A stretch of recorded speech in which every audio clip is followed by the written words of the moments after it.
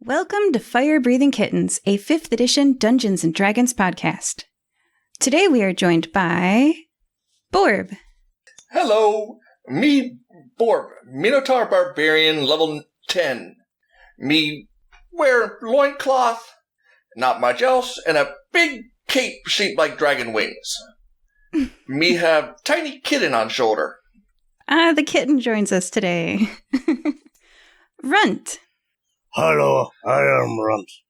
I am a very wise monk of level 10. I don't have much in the ways of business. I have my staff, doilies on it. Don't women scare me, and I scare other people. I understand. But this is Spot. And Runt points to this giant infernal elephant with a horn of a rhino. And it's just kind of playing in the dirt by a construction site where the guys can't work because he's playing in the construction site. Throwing around huge, massive, pieces that it takes a tool, a person has to, what's the fantasy equivalent of a forklift? Runt. A runt. Yeah, it would take you, Runt, to lift it, yeah. Yeah. A massive bugbear. Yes, I'm about 6'8". And tries to be unassuming, but he's 6'8", so that's not possible. And Scrape. You alright? I'm Scrape, tiefling, but that's pretty obvious by the old face. Level 10 sorcerer. Never got on with the arcana stuff ever since the last I knew gave me a blood transfusion, kind of wiped that out. Only turns out I've got draconic ancestry, so back to the magic. Never mind. You might have met better looking than me, but you won't remember them while I'm around. Oh. All right. You are all in the Firebreathing Kittens Guild Hall. The guild is a large building with a bar, a sitting area with wooden tables and chairs, and a wall with a corkboard and job flyers posted. Perception check? That's not very good. A 9? 17. 11. Oh, so Scrape is a bit more perceptive than the rest. Maybe Runt and Borb are chatting over a pint, and Scrape looks up and see. So everyone sees a square white job flyer posted on the corkboard. Scrape is the only one who sees that a patron has forgotten their newspaper and left it on the bar top counter. Well, I suppose have a look and see what's going on in the world. Have a squiz at the old newspaper. I haven't read one in days, so I'll give it a look. Okay. It says, "This is undoubtedly the richest mineral-bearing region in the north. Miners have been hauling away as much orichalcum as they can carry." Orichalcum? I think my mum used to put that on my bum when she changed my nappies. Orichalcum powder, I'm sure of it. I can't remember. I'm not sure, but yeah, something like that. It's, wait a minute. No, that's the expensive stuff. Orichalcum. Oh, lads, you know much about minerals? Mineral? Yeah, one of the three. Which one? The minerals are very humble. Humble? Not the prices. And thankful. Not the prices these guys are charging, mate. Mineral. It's not a choice, mate. It's minerals. Yeah, all right. What? Big shiny stuff from the ground? Oh! Shiny rock. He's got it. Yeah, of course you have. Good lad. Not much about them? No. Usually hit hard when thrown, but that's about it. Yeah, well, I mean, that is important to know, I suppose. That's more physics, though, isn't it? It's, I'm talking, any alchemists around here, you two? Don't know what I'm looking at you two. They like it when you sing to them. Borb holds up his axe. We know what alchemist is, but no, we don't think me alchemist. Fair enough, just seeing if anyone can... Sorry, Squire, I interrupted you. We're going to a place with a lot of emeralds. We have to see the wizard. What, a place with a lot of emeralds?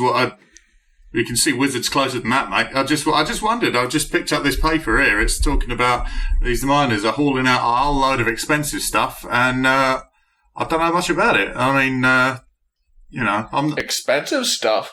Oh, it's expensive, mate. Yeah, absolutely. Could afford you another one of those choppy jobs if you're that way inclined. Now Borb is thinking about his meager purse right now and expensive stuff. Well,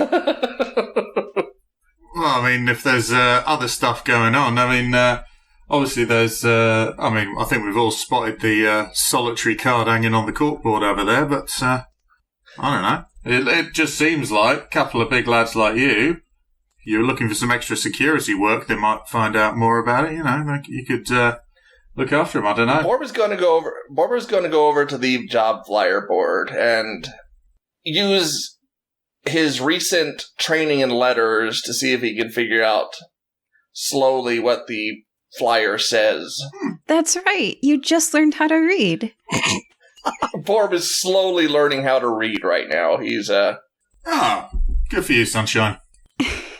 I think that's great. Yes, Yeah. You can read this job. In fact, it's got pretty small words. Like the first word is my and the second word is son. You can definitely figure this out. I'll read it out loud for everyone to show what Borb's reading. Borb reads, "My son is awfully sick and he won't see a doctor. He says he doesn't want to spend our money on one. Although it's true we don't have much money, he hasn't stopped coughing for 2 weeks, so I ordered medicine from a pharmacy in the big city." Borb may stumble on the word pharmacy. Yeah, PH instead of F. Letters are silly. pharmacy. Don't let him tell you otherwise. It's pharmacy. It's pharmacy, and don't let anyone tell you otherwise, mate. You're wonderful. So I ordered medicine from the pharmacy in the big city. Can you pick it up for us and deliver it? And you see attached is the address and map of a pharmacy in Nicomoy, and that the job flyer was posted by Luma Kanan of Kivfasti, which is a city to the northwest. The reward is only 10 gold. Sick kid. Well, I mean, I don't know about you lads, but it's always nice to pop into the city. I could do with stocking up on some of the essentials and down on my last pouch of tobacco, which will never do me any good. So I could do with a walk. I don't know about you two. Me help sick kid? Oh, yeah, helping a sick kid as well. Yeah, sure. Why not? Yeah. Me okay with that. Yeah. Spot could use a walk. Spot. Well, that's fine, but you clean up after him if he goes while we're away, all right? Because I don't think I can carry bags that big myself, mate. I ruin the line of my suit. It burns on fire and burns itself out.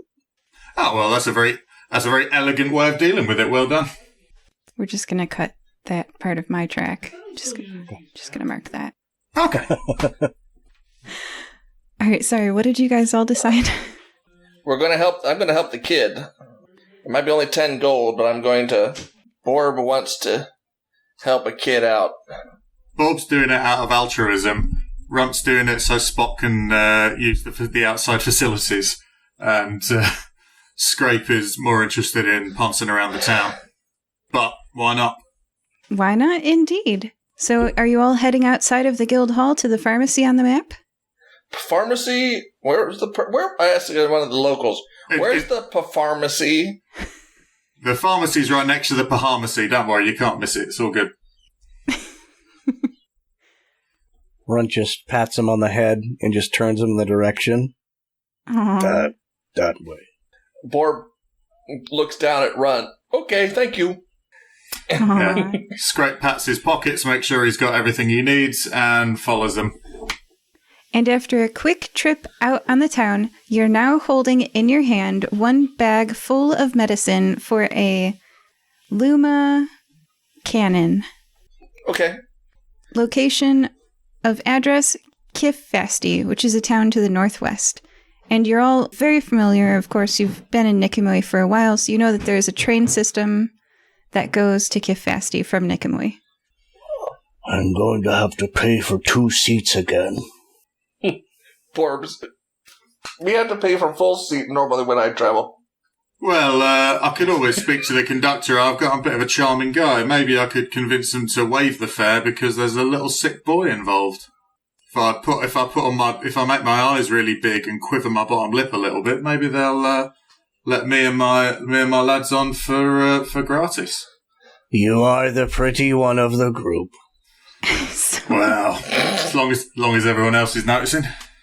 Don't do yourself down though, mate. Not take much. Oh, it is not sadness, it is merely point of fact. Oh, come on, I think your features are symmetrical, and that is attractive to people.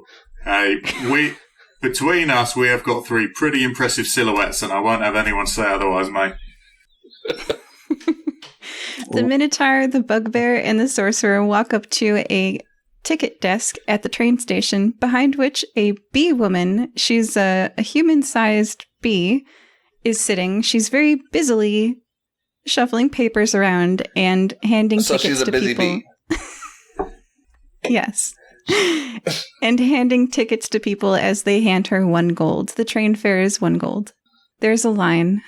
Oh, Scrape waits in line, doing his best to catch the bee lady, catch her eye. He's doing a lot of the groundwork first. There's an eyebrow raised, a wink. It's in the chamber. He's not fired it yet, but she can sense that the wink is coming. It's on the way. Don't you mean her eyes? Her eyes? She's a bee. She has multiple eyes. How many eyes do bees have? Oh, they got many lenses. They got lots of lenses in the same eye, I think. Well, Scrape chooses the shiniest one, being the magpie kind of guy that he is. And when it's his turn, he arrives at the window, lays it on a bit thick. You all right, Annie? How's it going? Okay. Mm-hmm. She says, well, and you? Yeah, really, really great. Just wondered, sweetie, if you could do me and my lads here. We're on a bit of a mission. We're delivering on behalf of a sick boy. I mean, he needs this medicine desperately, and I was thinking that the municipal train people would probably want it known that they provide for their citizens, particularly the less fortunate, and someone as wise and, let's face it, devastatingly attractive as you wouldn't possibly allow anyone to become out of pocket as a result of helping such a charming and worthy little... I mean, he could be an orphan by the time we get there, love. That's all I'm saying. So, how's about you? You draw us up 3 lovely tickets and we'll say no more about it, eh? Okay, she draws you up 3 tickets and roll up... Where's your tattoo, by the way? My tattoo? Your Firebreathing Kittens tattoo. It's a shield with a kitten breathing flame. Just below the collarbone on my left. Is it visible? Oh, well, yeah, obviously the shirt comes open a little bit if you're laying on the charm. Okay, roll persuasion with a disadvantage. Persuasion with a disadvantage. Because she can see that you're... This is the same bee lady. I must say you're not the first. I'm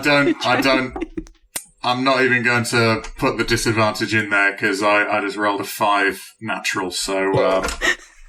She says, that'll be 3 gold, and she's got the 3 tickets for the train on her side of the glass in preparation for you handing her the gold. Runt pops right in between them, like his face going around him, and go, "Did your scam work?" The bee lady is very used to this. Scrape pats Runt on the cheek from the side and says, we'll continue with your vocabulary lessons when we get on the train, sunshine. I've just got to pay the nice lady, yeah? All right.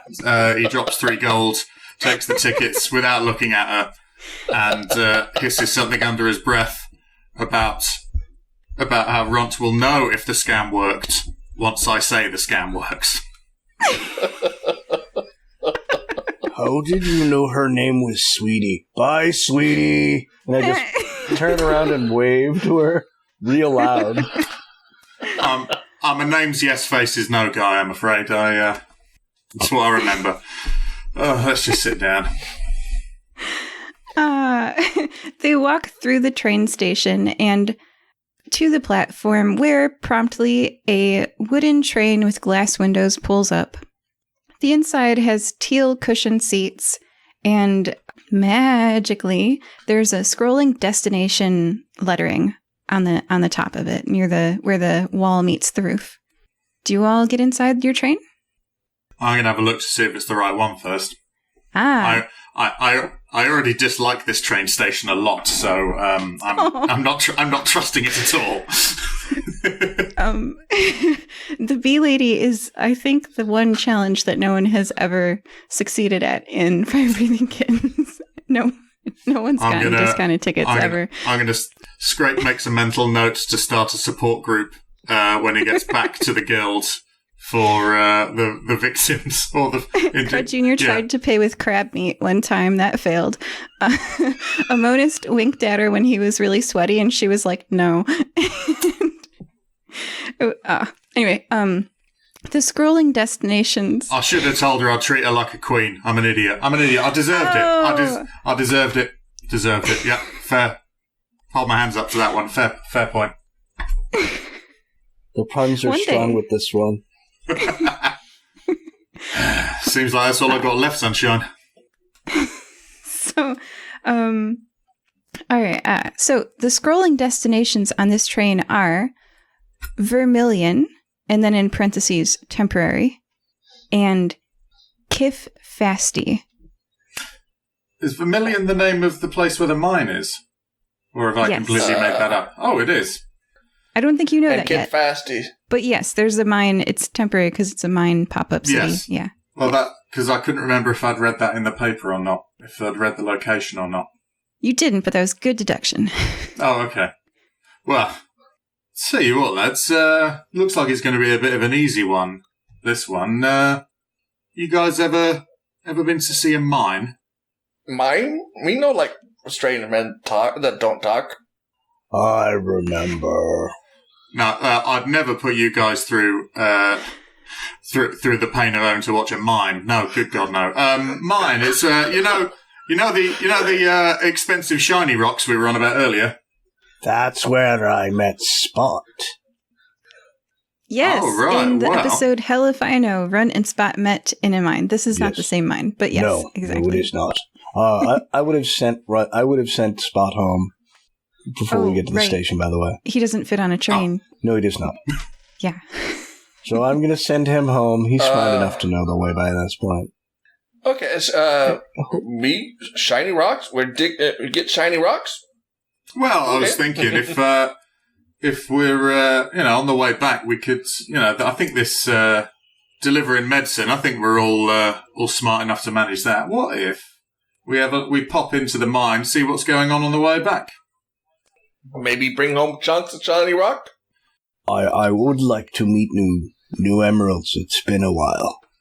Yeah, well, might as well make a day of it. It won't even be lunchtime by the time we get to give this kid his medicine.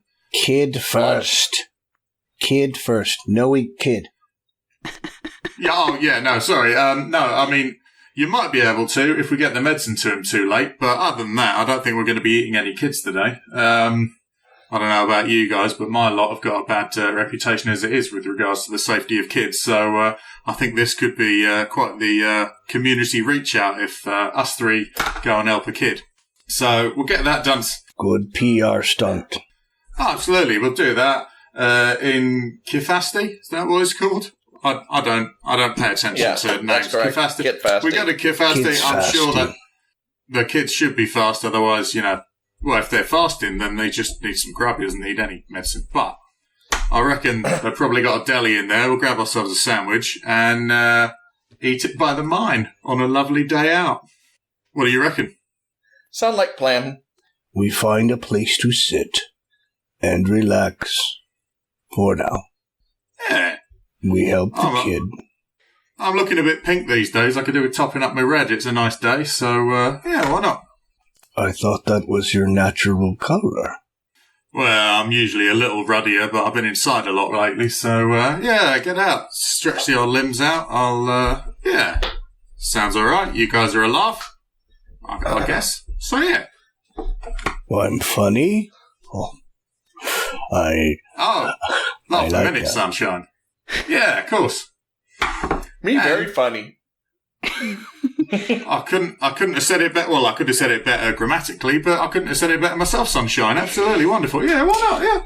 You do have the gift of gab? I'll just speak quickly, mate. People think it's interesting. It's easy. Speed you up a little bit. You could just be like me. Bit of patter, that's all. Speak slower, you become wiser. Don't worry, you'll get it. I get the feeling you're going to make a wonderful teacher, my friends. Why not? So, which destination do you guys go to? Kit faster first, I guess. Mm-hmm. Yeah. I guess we'll save the kid. Everyone seems to be very much Kid Fasty first, get rid of the medicine, and then save the kid. You know. So, you all board the train. It takes off, and you quickly, I guess, what's the verb for train? You quickly sit and travel away from Nikamui, and We passage. yeah. The verb to passage. Why not? In transit. Yeah, you're in transit and you pass up some hills and towards a different area, which I will now read to you. Tall orange and brown rocky mountains rise up into the sky on both sides of the train. Tiny square mud brick buildings are built to extend into these rock walls.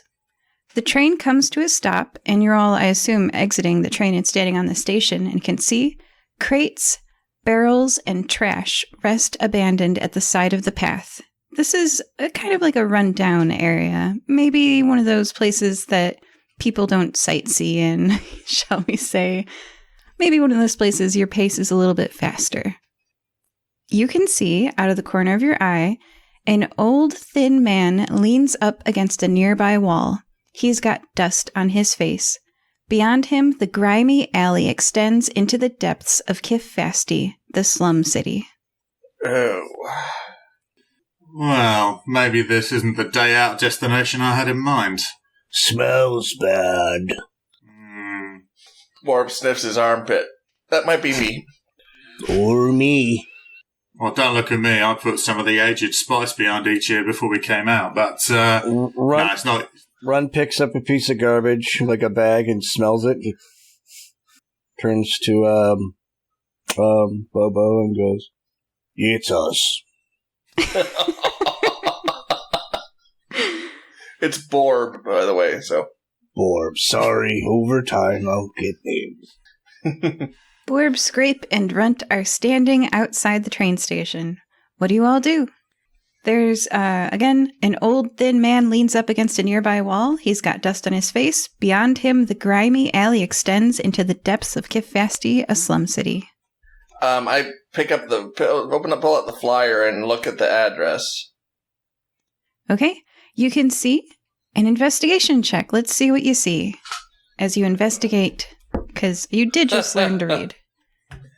Yeah, that's not going to happen. Oh, was it a low 6. number? 6? Okay. With a 6, you can see that there's definitely a city name on here, and there's definitely, it looks like they number the blocks in this area. But looking at these houses, they're all crammed together and made out of sheets of metal and like mud brick. There don't appear to be individual house numbers on them. I hand it over to one of the other two. Let's have a look at that. So, what here? We've got an address, but we've got no numbers on any.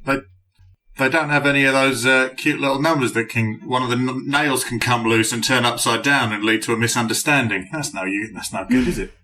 What's tell you what. Excuse me, sir.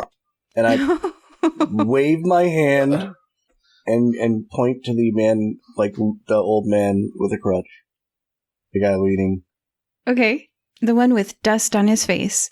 He looks up he had a hat on and he was looking down, and he raises his head so that his eyes can meet yours under the brim of his hat, and he says, very welcoming. Do you know this town well? He says, nodding. He knows. I'm He very knows. close. He knows this town. He knows this town. I just. Man, a few words. Yeah, I'm about 2 sentences away from casting Detect Thoughts.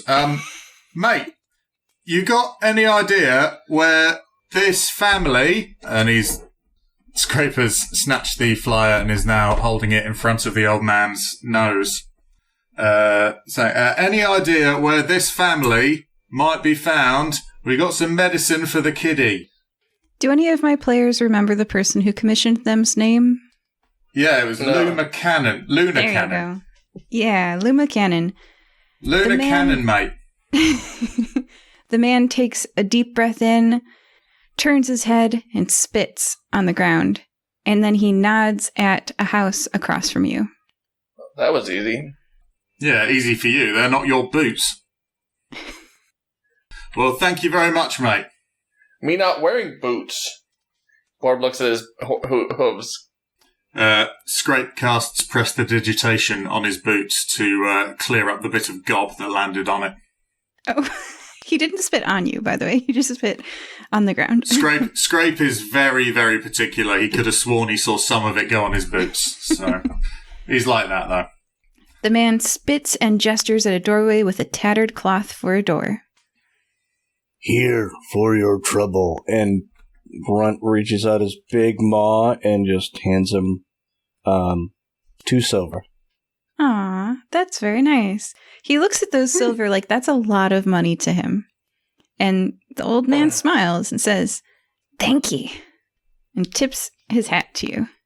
Borb walks over to the house and, trying not to break the small hut, lightly taps on the side of the door frame of the house. Just lightly taps on the curtain. Let's say it's one of the mud brick ones. Okay. Yeah. Borb doesn't want to break the hut, so, Yeah.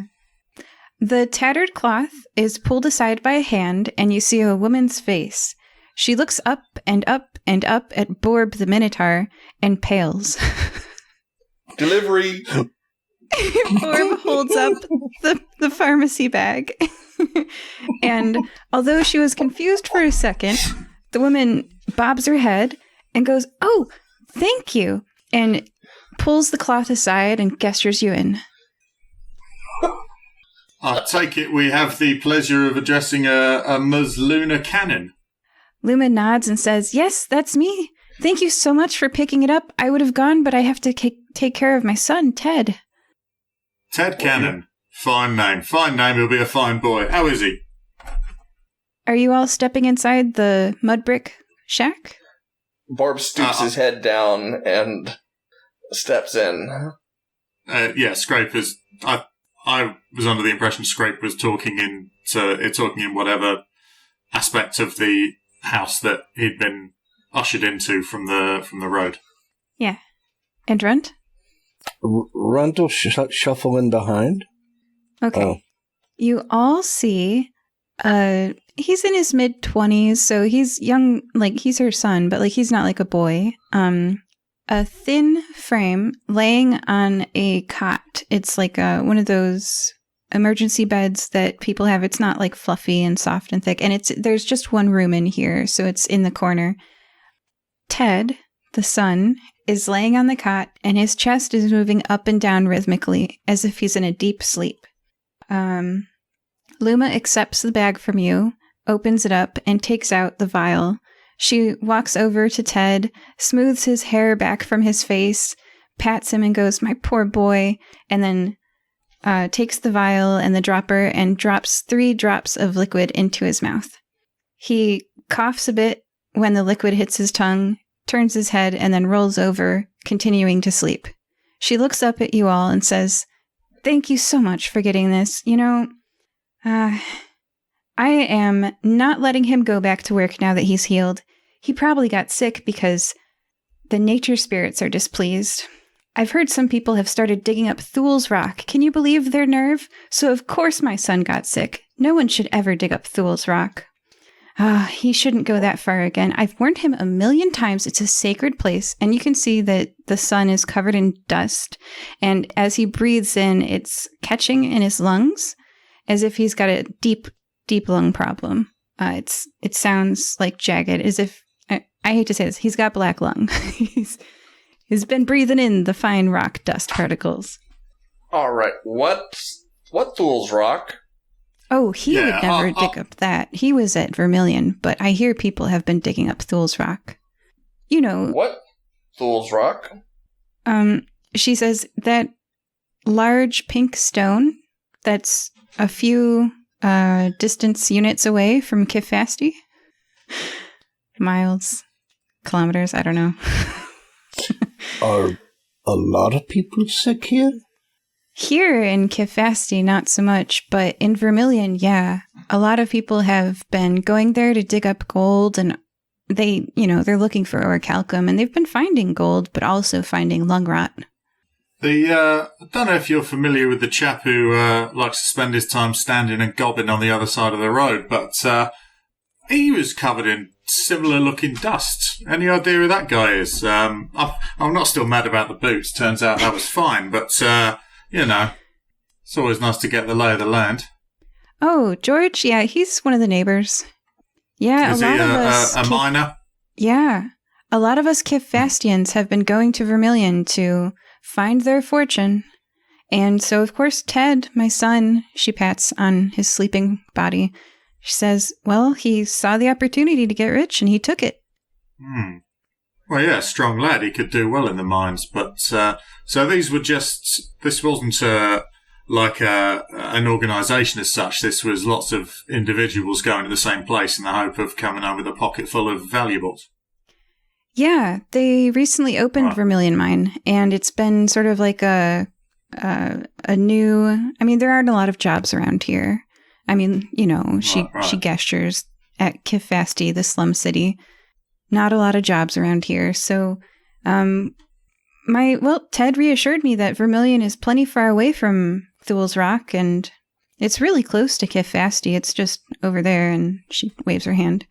So, he said it wouldn't be too far away, and he'd earn some money and then come home. And now look at him. And she points to her son, coughing on a stretcher, basically. Forgive my ignorance, but what is Thul's Rock generally used for? Because I've not spent a lot of time around mines myself, got to say. So what would you find that in? It's like a mountain, but it's a single stone. Forgive me, I thought Thul's Rock was a mineral. Was a mineral rather than a location. Completely misunderstood. Oh, I made the mistake first too. It's a very large stone rising out of the ground with no trees growing on it and a flat top. Like a mountain. And people have been... But it's a plateau. Oh. A plateau, yeah. It's a single stone. Thul's Rock is like... People have been mining there in the hope of finding the precious stuff, and they shouldn't because it's sacred. And disturbing nature spirits.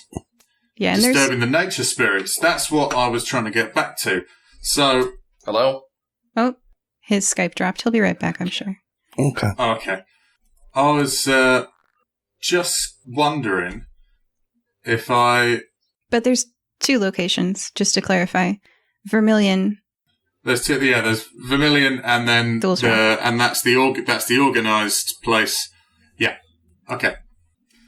Well, no, because I was just wondering, love. You see, you've been disturbing the nature spirits. But this is just a physical illness, right? There's nothing magical about it. Why don't you do an Arcana check, Sorcerer? Well, I was going to suggest a Detect Magic. Yeah, okay. I'll cast Detect Magic and see if this guy lights up or not. So normally when you detect magic in a place like the Guild Hall or out on an adventure, many different items ping. There's so many different schools of magic: illusion, transmutation, abjuration. It's very startlingly empty in the radius that you can sense here. There's not a single magical item in this one-room mud brick house. Except for what we're wearing. Except for each other. Except for each other. These people do not possess any magic items. The medicine is magic, I guess. I just wondered if the nature spirits had been taking matters into their own hands and dealing out a slightly more arcane or magical punishment for the disruption, but it looks like no. But just wondered. I'm a curious sort. I've not really encountered... so this is just chemical. This is alchemy again. Well, lads, I promised you alchemy. It looks like we got some. Borb looks around at the hut. Me not take portion of reward. Me give it back. Aw, Borb. That's so nice. Looked like they needed more. Scrape looks at Luna and asks her, with a bit of persuasion, not in a judgmental way, but says, "Do you even have 10 gold, love?" She does, and she pulls a drawer open and takes out 10 gold pieces to hand to you.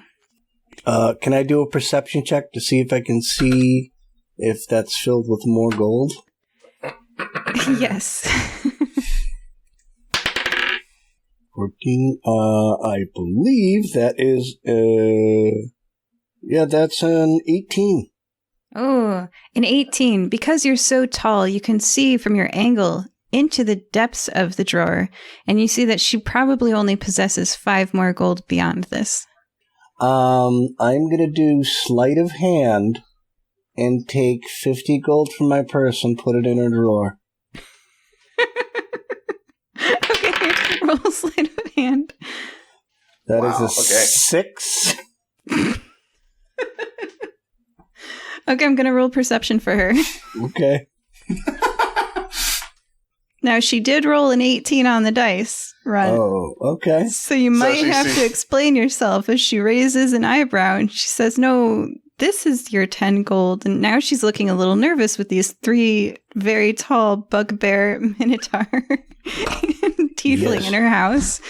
You're paying us 10 gold, but we are paying you 50 gold for your company. Persuasion check. Crap. And the help action is when a second person can say something to bolster the first person's. You look like you need it. Okay, Borb is taking your help action, yeah. I rolled an 11. Roll again because you got a help assistance. And say something supportive. You look like you need it more than we do. This is true. Okay. 16. Okay, a 16. A 16 is pretty persuasive, and you do have 50 gold in your hand that you're handing her. That itself is pretty persuasive. So she, she swallows her pride, and with that 16, she will accept your gold. I'm very glad that did not fail, because, that could have gone badly, you guys. Why is she calling the constable? He tried to give me gold. Oh, and the constable in this for town my is company. Tut tut. Okay. Well, I'll tell you what, love. Thank you, Miss Cannon. I hope young Master Ted does well. Tell you what, that 10 gold you got there would make a lovely little start for a savings for him, wouldn't it? He could get himself a new pick or something and get some work down Vermilion if you wanted. So why don't you just pop that back in your drawer and we'll say no more about it, eh, love? She ends the day 50 gold richer and says, "Thank you, Fire-Breathing Kittens. Thank you so much." Because, as you mentioned, your tattoo is visible on your collarbone. Mm-hmm. And so the guild gains a little bit of a positive reputation from that, which they really needed in this city, by the way, just from our past adventures here. I'm going to leave you one of these little stickers, love. What you do is you put them in your window. As soon as you can afford some glass to go on your window, stick it on the inside. Let them know that, let them know that you're just doing it for the kittens, yeah? And if the bald owls come asking, just say you don't want none, all right? All right. She nods. This is important. Yeah. Good girl. Oh, wow. And this leaves all of you in the street outside. You can turn left and head deeper into Kif Fasti, which looks, I've described it a bit to you. Or you could turn right and go back to the train. Or you could talk to the old man. What do you do? Well, what are you two lads doing? That was over pretty quickly. We didn't even get to have a look at this place. What do you say we go and see if there are any pubs open? Borb no drink. Last time Borb drank, we ended up in jail. Oh, that's true. Well, Yeah, you did. So you can watch me have a drink. I'll get you a bag of crisps. How does that sound? Okay. It is true. Fair enough. Borb did end up in jail last time he drank. Yeah, in hive mind. Well, yeah, that sounds like the perfect story to tell me while we're having a nice relaxing drink before we head off. Because, I mean, it's barely whatever time is considered early around here. So, we might as well have a look around. They seem like a nice, simple folk round here. I think we'll need a few drinks. He will probably take a while to tell the story. Not really. That's never put me off a story before. Shall we have a wander into town? Sure. Booze is booze. Amen to that. They turn left and they head further into Kif Fasti. The square mud brick buildings around them rise up into the orange and brown Rocky Mountains. You quickly lose your way amongst, not like literally, you're not lost, but like you're quickly surrounded by these shack buildings and the grime and trash of this slum city. Oh, everybody, please make a perception check. 14. 21. Oh. 8. Oh, okay. So, Scrape and Borb, you're looking ahead, heading towards the promise of a pub somewhere. Runt, you look behind you, and as you look behind you, you see 3 figures dart back into an alley. What do you do? I give chase. Runt sprints away from the party and heads into the alley.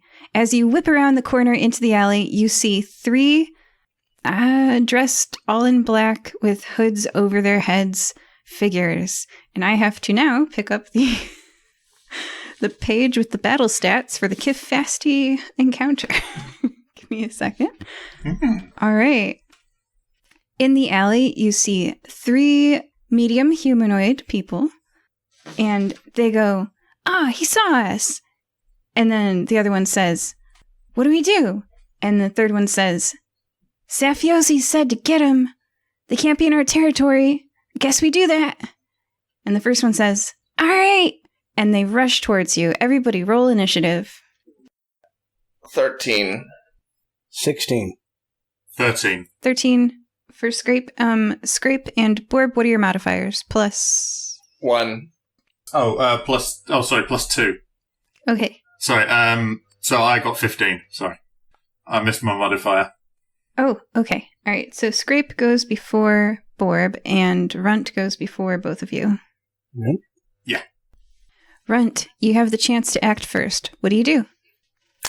All right. I'm going to take out the weaving wasping needles, the darts, and throw them at the one that looked like he was giving orders. Yeah, the front one. Yep. Throw both of them and try to bind him up with the webbing, with the weaving. Okay, how does that work? Do you roll an attack to hit, or? Let's see. It flies around a creature for around a minute until the creature falls to 0. It doesn't specify a roll. It just flies around a specific creature. I can use an action to cause it. They got to make a DC strength of 13. If it doesn't, then it's bound. And then they can make a strength check every round. Okay. The leader rolled a nat 1 and is definitely bound. The webbing, so you're throwing a needle that explodes into webbing and wraps around a person? No, I'm throwing both of the needles. So it's one attack and then the second attack. So it's 2 attacks. Okay. And so since I'm throwing both needles, there's a line between them, and they're flying around the guy and wrapping him up. Ah, all right, cool. Does it do any damage? No, it does no damage, but the person is bound. Okay, and what status effect is caused by bound? Bound. That's what it doesn't explain. Binding. I think binding usually means they can't move or attack. What's the item's name? Weaving. This is my first time using them. So weaving wasp needles. Okay, one sec. These dark chiseled throwing needles are linked by a magical bond. A needle that hits a large or smaller creature flies around it for 1 minute or until the creature falls to 0 hit points. If both needles fly around the same creature, they spin a magical thread that binds and restrains it. The creature is restrained until freed, or you take a bonus action to speak the needle. So restrained. A restrained creature's speed becomes 0. It can't benefit from any bonus speed. Attack rolls against the creature have advantage, and the creature's attack rolls have disadvantage. The creature has disadvantage on dexterity saving throws. Okay. All right, so its attack rolls have disadvantage. Perfect. Yep. And its speed becomes 0. Got it. Okay, so that's how I'll... All right, well, with its speed now 0, this person, who is pretty clearly a criminal, they're standing there with their hood and they're following you from the alley, says, What just happened? And their friends go, oh my God, Gary! And the person on the left runs towards Gary and starts unwrapping the needles. I guess, yeah? Can they do that? It doesn't say they can't. All right, and they're going to use their action to try to do the DC 13 strength check. So let's see if they can do it. No, they can't. And so that's Lucy. She can't undo it. And then Fred, the person on the right, is going to attack you. So, all right. Multi-attack. The drow makes 2 short sword attacks. So they run toward... Person on the left, Lucy, tries to untangle Gary. And then person on the right, Fred, attacks you. No.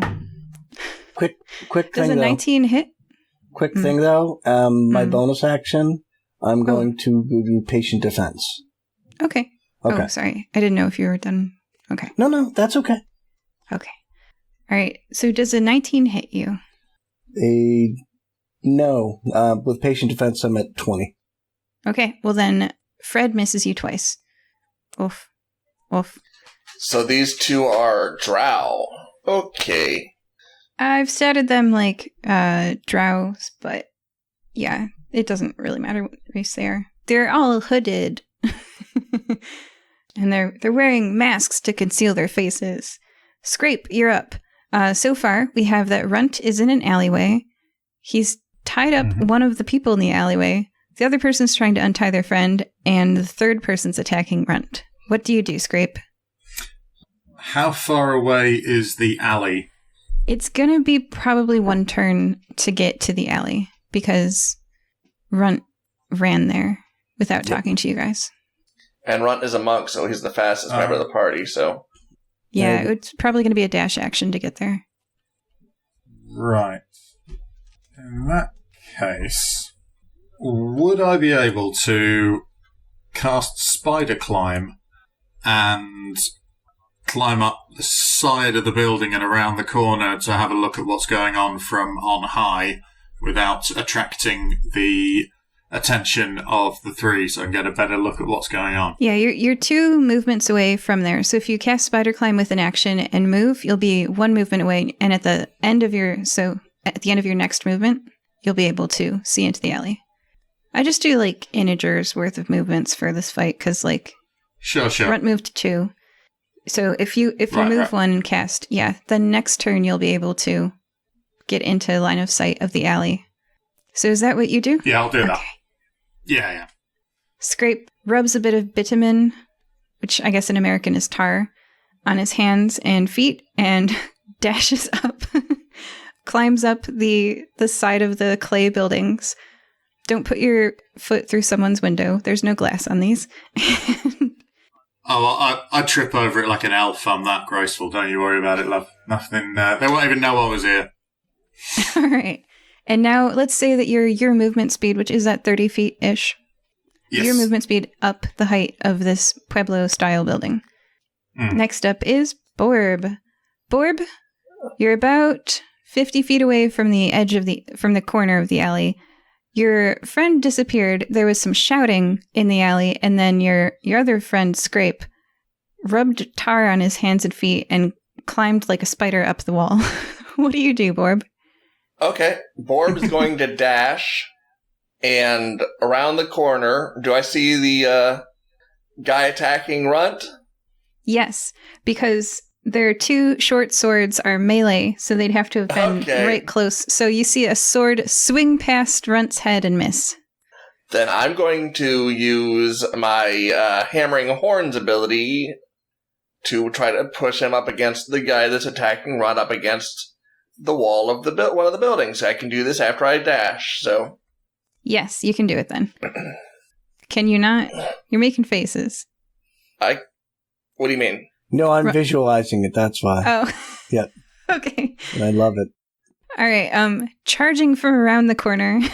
I get to make a strength check when I do this to try to push him a distance, so... The alley is quite narrow, probably 5 feet wide. So just one space on a D&D map. Okay. So you can definitely push him up against the wall at the end of your dash. Then I'm going to make the strength check for hammering horns, then. That is not great. That's a 14. Okay.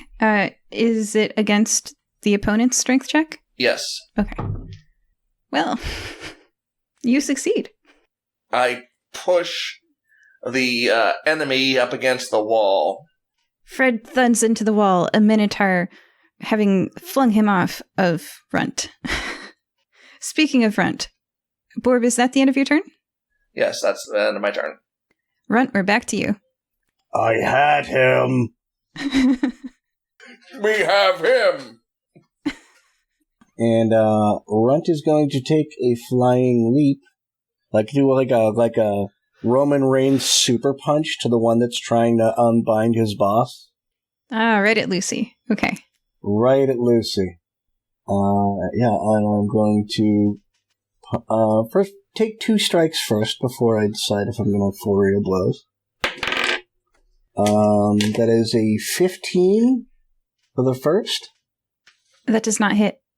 What about a 17? Also does not hit. Then I will flurry of blows. Okay. These guys must have some good AC. You see that the figures are wearing a studded leather and carrying a shield underneath their criminal coverings. That answers that question. An 18 and a 26. The 18 and 26 hit. Yeah, alright. So that is 10 plus 5. That is 15. Damage? Yes. Okay. Calculator. Okay. I have written down the reduced number of hit points. You punch Lucy twice with your flurry of blows, and she goes, ah! And, that, I don't know what that sound was. She does that, and are you done with your turn? I'm going to sit on the guy that's at the end of it. Actually, no, I'm going to stay right there. That'll be the end of my turn because I flurried above, so yeah. Okay. Lucy's going to try to do the strength check again for Gary. All right. She pulls the... What is it called? The weaving wasp needles. Yes. She pulls the darts and untangles them from around Gary. Does that take her whole action then? That would be that? Yeah, it says it takes an action. Can use its action. Yep. Use its action, yeah. Okay. All right. So then she uses her turn to do that. And then Gary goes, "What is going on here?" And he takes out his swords and he swipes at Runt twice. melee weapon attack. Oh gosh, that's a crit. Rolled a 20 on the dice and also a 19 on the dice. Okay, so the first one's going to hit, and you roll an extra dice when you crit. So Gary takes his sword, and now that he's free, he hits you for... Really? Okay. 10 piercing damage. Okay. I don't really understand why a short sword makes piercing damage, but it says it does. I would call that slashing, but whatever. Anyway, 10 piercing damage, and then also 10 poison damage. The second sword strikes and does 8 piercing damage plus 10 poison damage. Ooh. No, wait. I'm level 10. Immune to poisons. Oh, that's good. I was going to say make a DC 13 con saving throw or be poisoned for 1 hour, but you don't have to. And so I'm going to bring back that was 18 in poison total? 20 in poison total. 20 poison damage, and there was also piercing damage. Yeah, it was the poison damage that I wouldn't take. So, because you're immune to the condition poison, but are you immune to damage of the type poison? I don't know how that works. Got it down here. Move. Let's see. It says immune to poison and disease. So you're immune to the condition. You are not poisoned. You have no possible way of failing this con saving throw to be poisoned. Okay. But you do take the 20 poison type damage. Not a problem. Yeah, I think. Correct me if I'm wrong. I don't know how this works. So, Borb. Currently you're pinning Fred up against the alley wall. Fred is going to try to hit you with their short swords. So, Fred rolls... 18, does that hit you? Yes, 18 hits. Okay, and a 12 wouldn't hit you, right? No, not hit. Okay, so you take 9 piercing damage plus 10 poison damage. So I'm not raging yet, so that means... And I need to make a constitution save. Yes, please make a constitution saving throw. 14. You're fine. That ends their turn. Scrape, you're currently 30 feet up the side of a terracotta wall. What do you do? Scrape is going to get around the corner so he can have a look top down on the goings-on, on the the squelching and slashing noises that he's heard from around the corner. Yeah. So that's one action, That's a movement. You've still got your action. A movement. Oh, still got the action, yeah. So I'm looking down. Have I witnessed any of the fighting that's happened, or have I... You can now see... You see a person in close combat with Borb up against the wall, slashing at one another. Well, slashing at Borb, and Borb's got his horns trying to push Fred up against the wall. And you see Lucy being punched by Runt, and Gary hitting Runt with a sword. Cool. In that case... I am going to... Got a level 2 spell here called Hold Person. So Runt looks like he could do with a respite from these, I'm entirely certain, lucky strikes that... who was it? Sorry, Gary? Yeah. So I'm going to cast Hold Person on Gary. Okay, what does that do? It's a close... choose a humanoid that you can see within range. The target must succeed on a wisdom saving throw or be paralyzed for a minute. Up to a minute.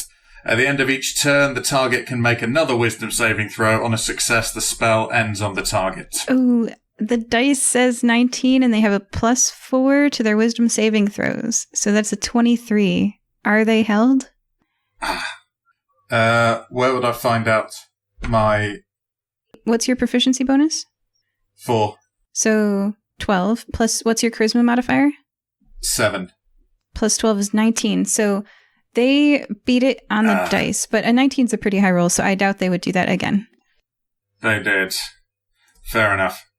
Okay. And if you want to write that down, that's your spell save DC 8 plus proficiency plus charisma, and your spell attack modifier is proficiency plus charisma. Because you're a sorcerer. Oh, sorry. You're absolutely correct. Sorry. The charisma modifier is 3. That makes a lot more sense. Sorry, I looked at my saving throw modifiers instead. Oh, I just closed Skype. Sorry about that. I closed Skype when I closed the window of the spell. Oh, okay. I see. I thought I'd expose myself as so inexperienced that you just got, right, no, we're not having him. He's gone. Get rid of him. So. Borb, go ahead and say something. Let's just make sure. Hello. Okay, good. All right. Okay. So, what was going on? Oh, write down that 8 plus your proficiency plus your charisma modifier is your spell save DC. All right. So, they succeed, and they are not held. Do you do anything else on your turn? Can I whip out a cantrip? Or is that If another... it's a bonus action, you can do a bonus action still. You already moved. You took an action. You would only have your bonus action left. Do I have a bonus action? How does that... It would say on your spell if it takes an action or a bonus action to cast. So while you're reading that, we'll move on to the next person. Go ahead and read through your spells and see if any of them are bonus actions. Yeah. We'll do that on your next turn. No, I can't do it. Okay, Don't worry. Don't worry, I can't do it. It's all Does good. a 17 hit these guys? No. They're wearing studded leather and they're carrying shields. I got 1 hit because I know that a 24 obviously hits. So. Oh, yeah. Who are you hitting? The guy that I'm pinning to the wall currently. So. Oh. Still Fred? Yeah, still Fred. So Okay. that is a 18 points of damage. Oh my. Fred takes some damage. What are you hitting him with? My battle axe with Great Weapons Mastery activated, so... Borb, you slashed Fred with your battle axe. He takes damage. He's not looking happy. Is that the end of your turn? Yes, that's it. Okay. At the end of Borb's turn, it's Runt's turn. Runt, you've got Lucy and Gary in front of you. You just punched Lucy and Gary slashed you with his sword. Neither of them are restrained. So I am going to, Gary hurt Runt. Runt is not happy. Runt is going full force on Gary right now, so he rolls a 20, a 19, and then let me know if those hit. Yes, those both hit. Then he's going to Flurry of Blows. Also roll the 19, and then a 10 plus 8, so that's an 18. An 18 hits, because their AC is 18. Meet it to beat it. Mm-hmm. Meet it to beat it, yeah. So they all hit? They all hit. Runt goes punch, punch, punch, punch, punch, like a monk, doing a flurry of blows, and does how much damage total? To poor Gary, the pack leader of this local band of Safiosi thugs. 5, 11, 12, 13, 13 plus 12, 50, 25. 25 damage. Okay, oh, wow. Well, Gary's looking the worst off of them. Gary's got a black eye now, and Gary shouts at you, "Ah!" as you hit him in the eye, and it immediately starts purpling. He goes, "You punk, we're going to kick you out of our territory. You can't come in the Safiosi territory." And he's talking real fast.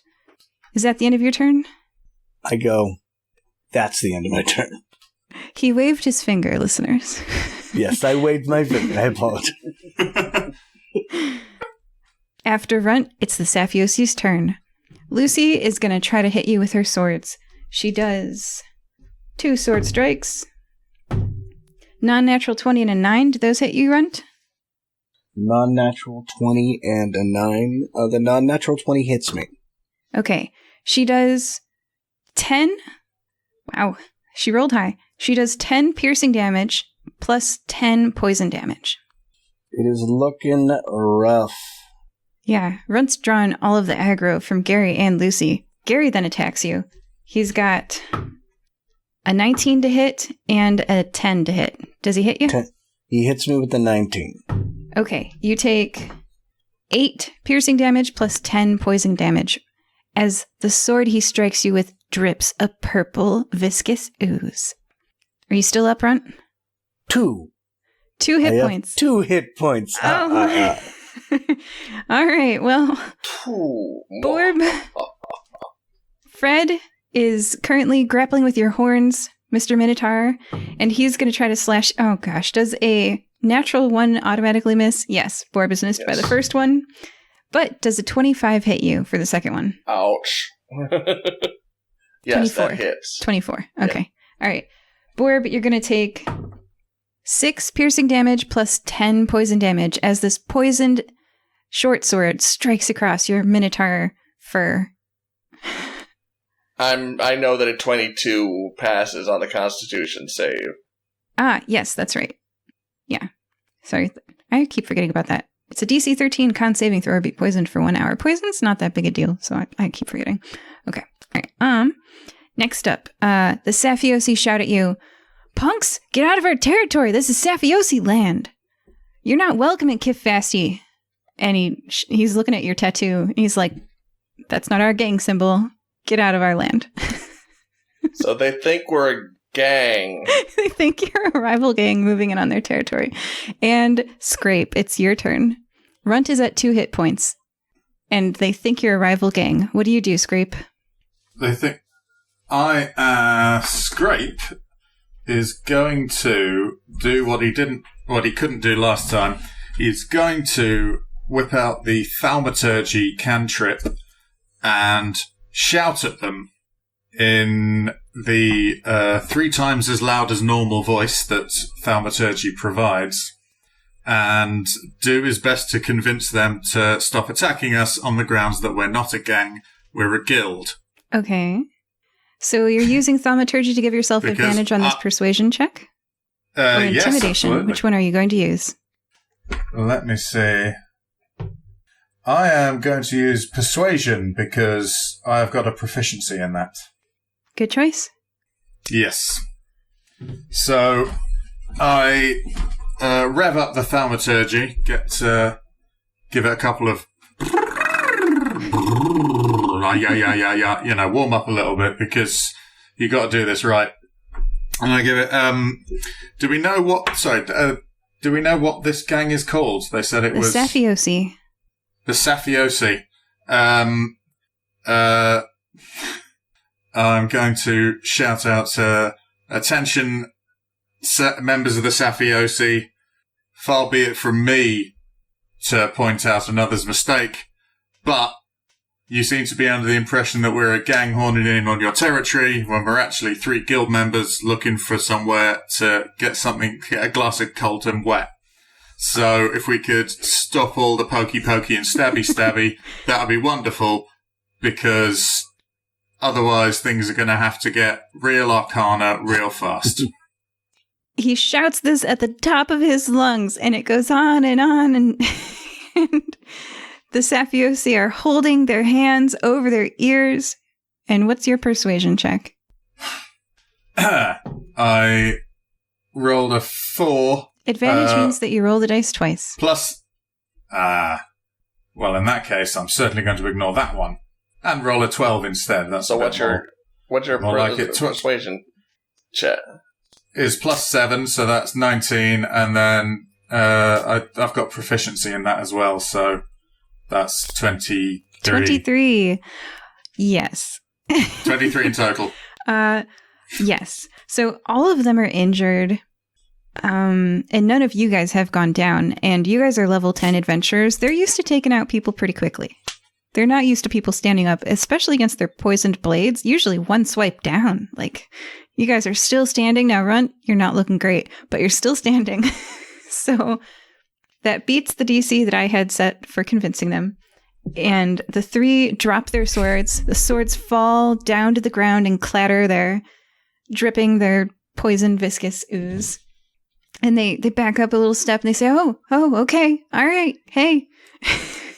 And the 3 of them, well, I guess one of them, Fred, not so. Fred is still against the wall, Borb. He's still been.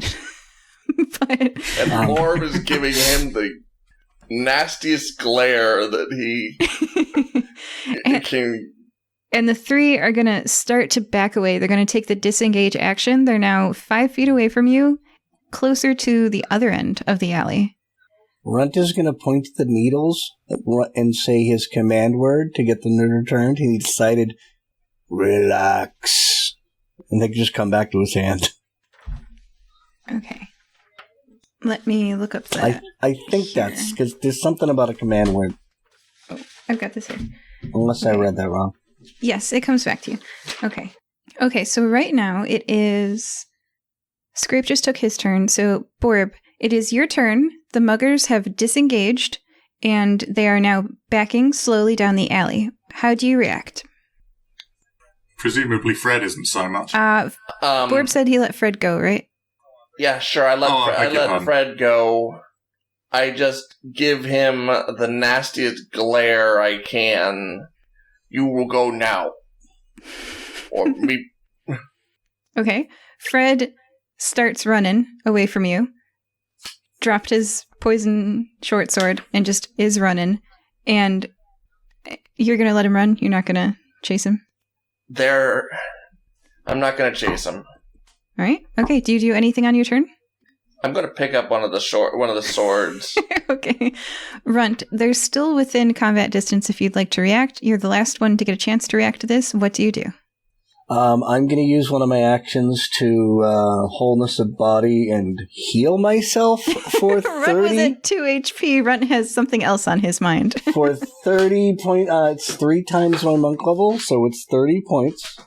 That's my first action. Is to make sure reasonable. I don't die. Borb destroyed all the potions that he had from that last campaign that he was in. Multi-level? So otherwise I would have given him one of those, but yeah. Yeah, you did. You rage quit those potions. You were like, he found out that he had been drinking leeches, and he did not like that. This is a bad healing potion. It was a great healing potion. He just rejected it hard. Oh man. So the Safiosi run down the alleyway. Their feet pitter patter. I don't know what word describes feet. Their feet slapping on the dusty ground, and they shout over their shoulder, "This is Safiosi territory. We're just gonna go get our friends. You can't have it." And their voice cracks. They run away. Okay, if you would like to obtain 6 poisoned short swords, I keep picturing them as scimitars, but you can. Borb holds up the blade. It's in his big hands. It's pretty tiny, but who knows? Might come in handy. Da da da da da da da. The battle's over. Oh wow! Would Scrape asks the lads if it would be prudent if they can hold on to the swords, because Scrape is still on the wall at this point. See if Scrape can spider climb to a vantage point to see where they scurry off to, give us an idea of which direction they're going in. Because are we to assume that they are getting back up? Yes. They said that they were getting back up. Right. Okay. Borb sticks the swords into his bag. Oh, your bag of holding. Yeah. Yes. In that case, is it possible to climb to a position where I can see them and attempt hold person again on Gary, who seems to be the one in charge, so he can undergo a modest amount of interrogation? What is the range on your hold person? The hold person is that you can see within range. Yeah, it should say range on it. 60 feet. Okay, so 60 feet is shorter than a dash action where if they disengaged and then they dashed. So that's supposed to be like within melee range, right. Is the intention for 60 feet. So if they've like been running away a bit, you could move. Like if you wanted to chase them and hold them, you probably could. You'd separate yourself from your party a bit. Don't split up the party. Alright, I'm going to... Oh. Otherwise, we might not catch that. In that case, I'm going to do one action of getting within range of them. However, I may do that, be it by climbing or by legging it, and then trying one last ditch effort of hold person to try and stop Gary getting away. Okay. So you're pursuing by moving your speed. What is your movement speed? 30. You move 30 feet horizontally along the wall like a spider. Kind of creepy. And then is there a material component for hold person? A small straight piece of iron. The spider takes a small straight piece of iron and moves it around like a voodoo doll in the air and twirling it around where he imagines Gary to be. And now read the spell. Well, choose a humanoid you see within range. Target must succeed on a wisdom saving throw or be paralyzed for the duration, up to 1 minute. At the end of each turn, the target can make another wisdom saving throw. On a success, the spell ends on the target. And he's got to beat a... Okay. They failed. They rolled a 3 on the dice, so that means it's definitely less than the at least 8 plus stuff.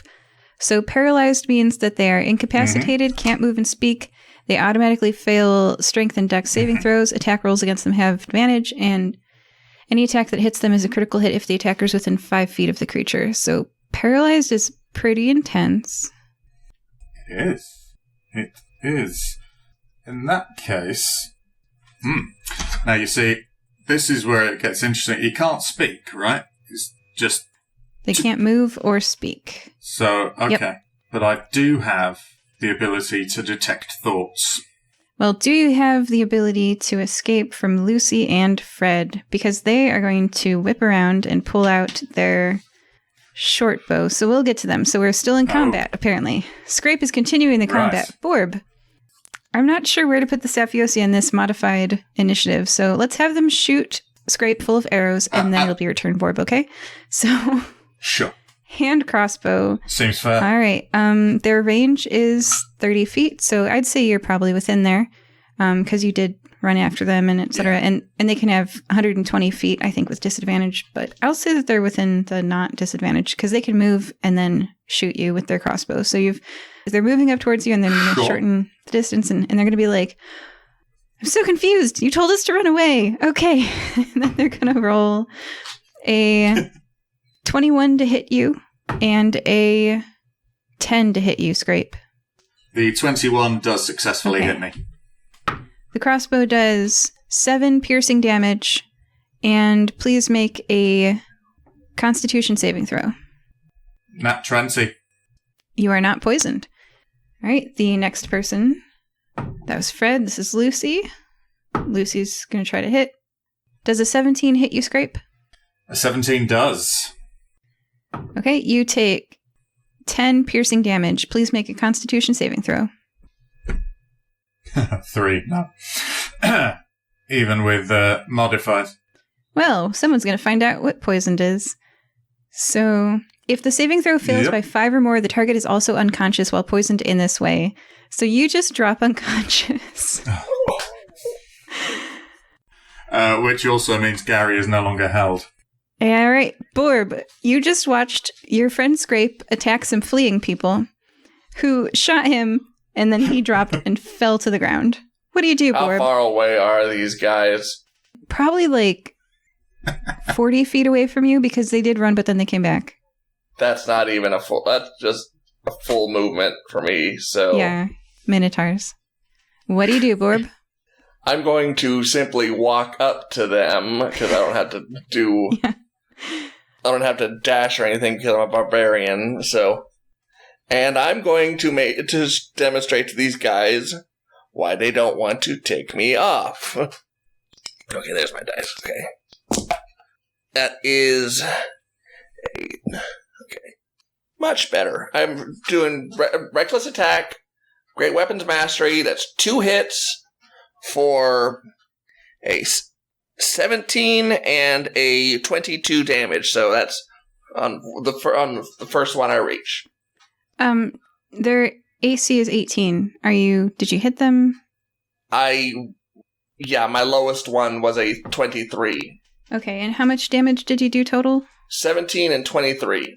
Okay. Yeah. Okay, Lucy's looking pretty damaged. She's looking hurt. You swung at her with an axe? Yes.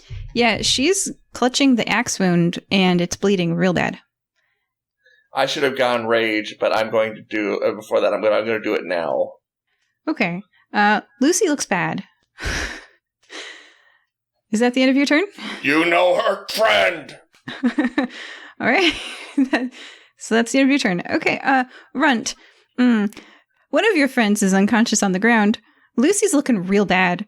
And Borb just hit her with an axe. What do you do? Gary is still trying to escape. And Fred shot Scrape with an arrow.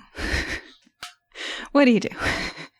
I'm running straight towards Fred. Like, all my attention's at Fred. I'm beelining to cut him off. But as I'm doing that, I'm kind of going right by Ethel and just like kind of, because I have to meet up with her before I can get to Fred, right? Gary's the one running away. Lucy. Oh, I'm sorry, Gary. Yeah. Yeah. Lucy's the one who's looking real bad.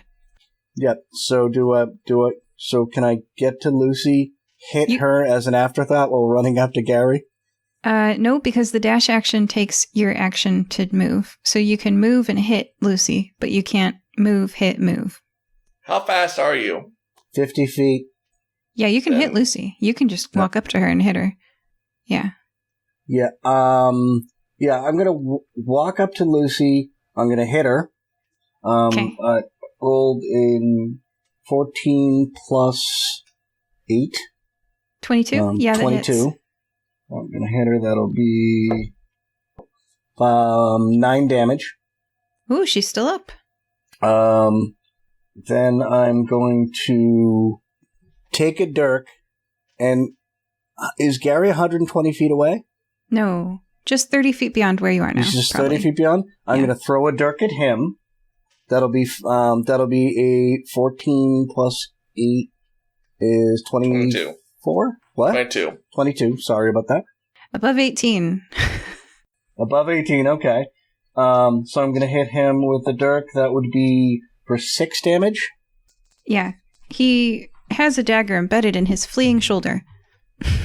And as my bonus action, I'm going to flurry of blows our friend right next to me. Lucy, the one with the massive axe wound. Yeah. Yeah. Went down 40 hit points in a round. Yep.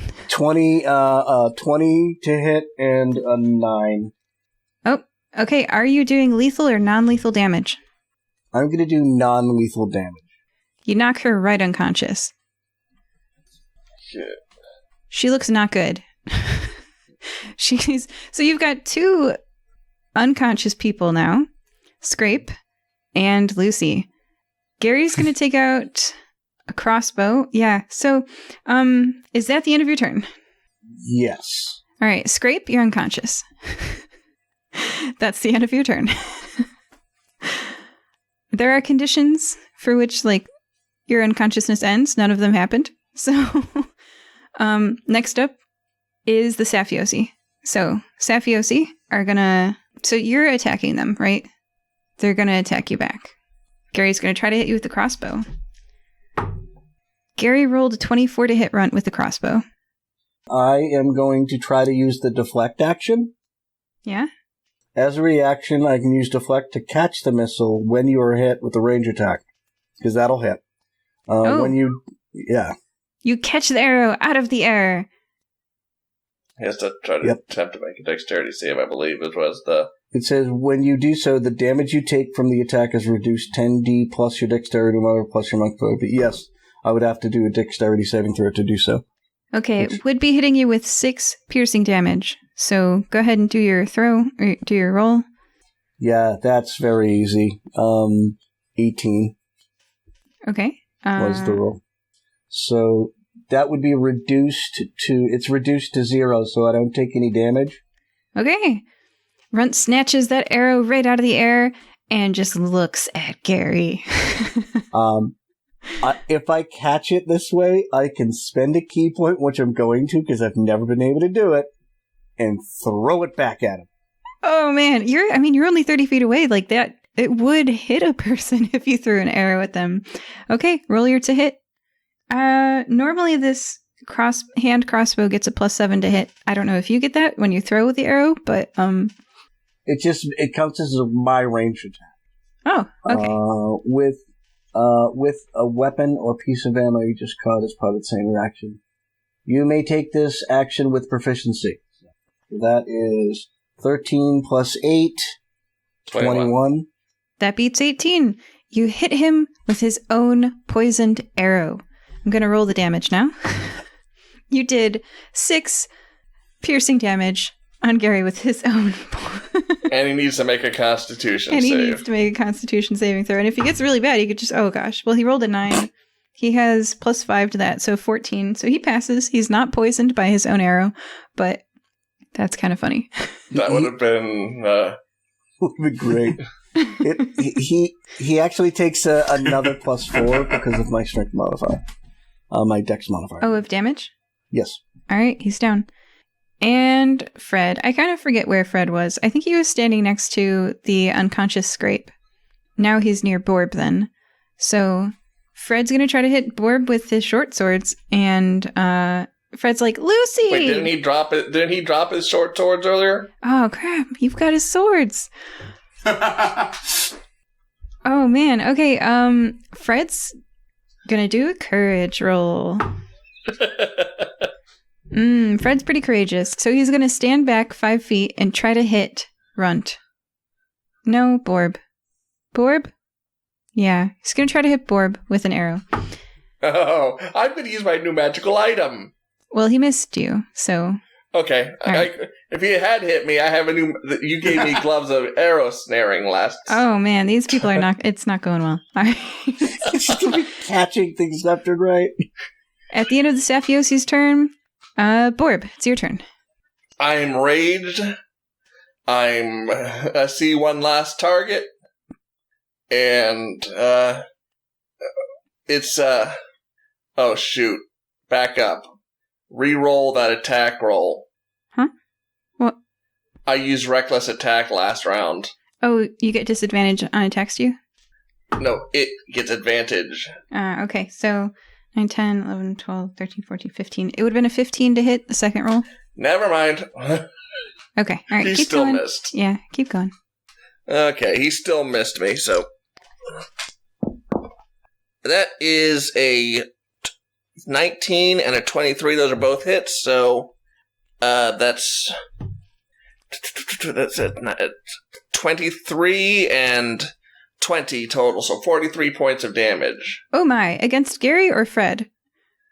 I think Fred's the only one currently standing, so... Well, Gary's trying to, Gary's further away. I guess Fred's the one right next to you, so 43 damage. Yes. Did you say? Yes. And when Borb is raging, he's not Okay. caring about non-lethal damage, so... Oh, you're hitting to kill. Well, I'm glad you didn't completely destroy his... It was the healthiest of the bunch, so... Fred goes down from 53 to... How much damage did you do? I did 43 points of damage. Fred goes down to 10 hit points. We now have some very injured Safiosi thugs. Runt, it's your turn. Let's see. She's unconscious, so that's not a problem. I'm not going to worry about her right now. I am going to, spear, George. Gary and Fred are the two people here. Sorry, Gary. Okay. Gary's the leader. And Gary's then Lucy and... But George does have it coming, though, to be Who's fair. the one that I poisoned? That was George, right? Gary. Gary, okay. You Yeah, nearly Gary was poisoned nearly Gary. poisoned, but Yeah. I'm going after Gary. I'm Okay. just like a freight train charging at him. Oh my, you definitely can close that distance, yeah. And I'm going to spear him. Oh, okay. So that, it's not my repartee, but hey, I'm angry. So, let's see. So, with spearing him, that's a strength check. 14 plus 7. 21. So, 21, thank you. That hits? So I'm going to knock him to the ground and sit on him. Okay, you do. He's prone. And, like a schoolyard bully, flurry of blows. One attack and then flurry of blows. Okay. I'm going to cast Why Are You Hitting Yourself?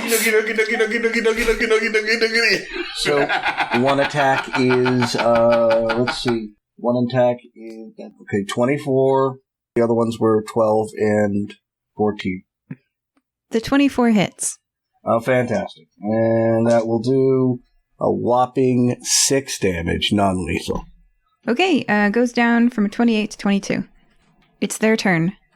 I think if you're attacking them, they're going to keep attacking you. Gary's on the ground. He's going to draw his short bow closer to his chest and point it up at you and try to hit you with the short bow in close combat distance. It's not a great plan, but he's got a hand crossbow and he doesn't have a short sword anymore, so that's all he can do. Oh yeah, Scrape, you're still unconscious. Nobody's doing anything to you, apparently. Yeah. All right, No. so he's going to try to hit you with the hand crossbow with his a ranged weapon attack in melee, so you're going to get an attack of opportunity against him. Oh boy. Does a 17 hit you, Runt? No, it does not. Okay, do your attack of opportunity against him if you want. Wow, a 1. Oh, All right, so you thud your hand into the ground next to his head. And then Fred's going to attack Borb with his ranged crossbow. Does a 21 hit you, Borb? yes, but I'm going to use my gloves of arrow snaring. Ah, all right. Nope. Deal damage. 6 piercing damage. Please make a Constitution saving throw. Oh, crud. Uh-oh. What happened? Well, it's not worse than a 5, but a 9. If the saving throw fails by 5 or more, so DC 13 by 5, you're very close to failing by 5 or more, but you're just poisoned. You're not unconscious. Yeah. Okay. Thank goodness for a really good Constitution score. A poisoned creature has disadvantage on attack rolls and ability checks. Okay, well, I definitely will be using my reckless attack from now on, then. Scrape, you're still unconscious. Borb, it's your turn. Hooray! Okay, I'm going to use reckless attack so that I negate the disadvantage. And those are both misses. Okay, Runt, it's your turn. You're kneeling on Gary like a schoolyard bully, pummeling him. He's still I'm conscious. Oh man! All right. I'm gonna tie him up. Okay. Well, while I'm sitting on him, take out rope out of my bag because I do have some hemp, and I'm Yep. gonna tie him up. Tie him up. All right. That puts him in a DC 17. If you have hempen rope. Do you have hempen rope? Yes, I do. Okay. And he does not escape. He is tied up. Is that the end of your turn? The action was to tie him up, and then I'm gonna I'll put something in his mouth, and then I'll just pick him up and carry him back to by where the wounded girl is, because I figure picking him up and walking, I want to be by her to at least give her medicine check my next turn. Okay. She's not going to die because she was hit with non-lethal damage. Oh So. yes. I just house roll that. You guys probably do or don't want to kill things, and I'll let you choose. Okay. Fair enough. All right. After you, it's them. So let's do another strength check from. Oh, they're not going to get that. That's not. So with a 16, he does not beat the 17 of the rope, and Gary remains tied up and kicking, probably confused and disoriented. Fred is going to try to attack Borb. Oh, Fred did not roll well. Fred misses you, Borb. Scrape. Okay. No one tried to wake you up, so you're still asleep. Borb, it's your turn. What do you do? I'm swinging. At Fred? Yes. Okay. Okay, that's a hit. Lethally or non-lethally? Borb, he's enraged right now, so he's going full lethal. Okay. How much do you hit Fred for? I hit Fred for 28 points of damage. Fred is laying on the ground in a puddle of blood. Okay. So, Runt, it's your turn. Fred is laying on the ground in a puddle of blood, actively dying. Doing very bad. Lucy's unconscious, but she doesn't look like she's going to die, and Gary is kicking and screaming on your shoulder, tied up. What do you do, Runt? Also, Scrape is there. I'm gonna go up to the bleeding and dying. Hi! Oh, do we have anything to bleeding and dying guy? And you do a medicine check to stabilize him. Okay. Roll a medicine check. The Minotaur is standing over him, panting, with bloody axe in hand. That will be, medicine is 8, 15, 23. Oh, yeah. That's definitely a success. In fact, I think if you just... So the way that these stabilization things happen is they get like 3 on one side or another, and yours is... You have a +8 medicine, so let's go ahead and have you roll the other 2 right now. That would be a 21 and 26. Yeah, those are all above 10. So Yes. he's stable and no longer dying. You have pushed your hands against the wound, staunched the bleeding, and although your hands are now real messed up and bloody looking, Fred's not going to die. Fred is stable at 0 hit points. All right, I've written that down. Borb, how you doing? You're standing there panting with blood on your axe.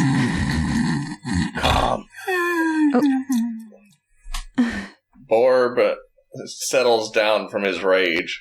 Okay. You no hurt, friend. And then Scrape, you're still there.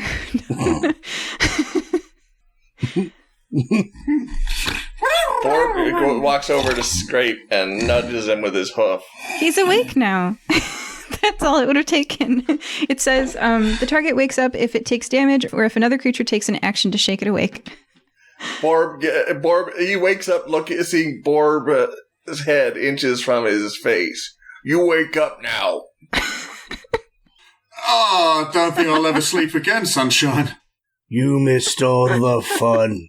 Scrape has a look at just the leeches of blood on the floor, assesses that it isn't his, Yeah. and lights his pipe. So I've got 2 of them on either of my shoulders, unconscious. Borb, you get that one. We'll bring these to the proper authorities. Grapple check Borb against the tied up Gary. Unfortunately, I have disadvantage because of the... Actually, I don't have advantage or disadvantage because this is a strength check. That's a 28. He got a 7. So you successfully grapple the tied up Gary, who I'm just going to say grappling plus rope, 17 plus your strength check. So you can carry them wherever you want. So what do you guys do? My character points to the guy that in front of his face. Stop moving! And he does. Is Scrape still poisoned, by the way? Yes. Because I failed the Constitution, so I'm still green around the gills. You have disadvantage on attack rolls and ability checks for 1 hour. Oh, okay. And after that, I don't need to seek any kind of additional treatments or what have you. It will just work its way out. I am officially following the 5th edition poisoning rules for once. Crud would be so pleased. No, that's fine. That's absolutely grand. I just don't know what those are, so that's why I'm asking. Disadvantage on attack rolls and ability checks. Now, Yeah, okay, I cool. like to house rule that I poison someone by slowly whittling away their hit points, Fine. one hit point at a time until they die. But I decided to do official poisoning rules this time.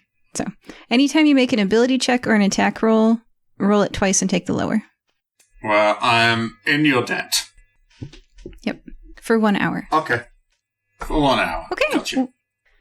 Well, gentlemen, it looks like you've had a fine old time without me. Me don't care about getting drunk in this place anymore. Agreed. No, I've not really got, don't really fancy a glass of anything right now. What I did want to do is have a word with that, who was the one who kept on evading my hold? Maybe Gary? What was his name? Yeah, I don't know if we know their names or not, that's the thing.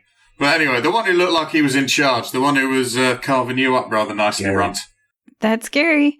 And Gary's currently tied up and in Borb's arms. Yeah.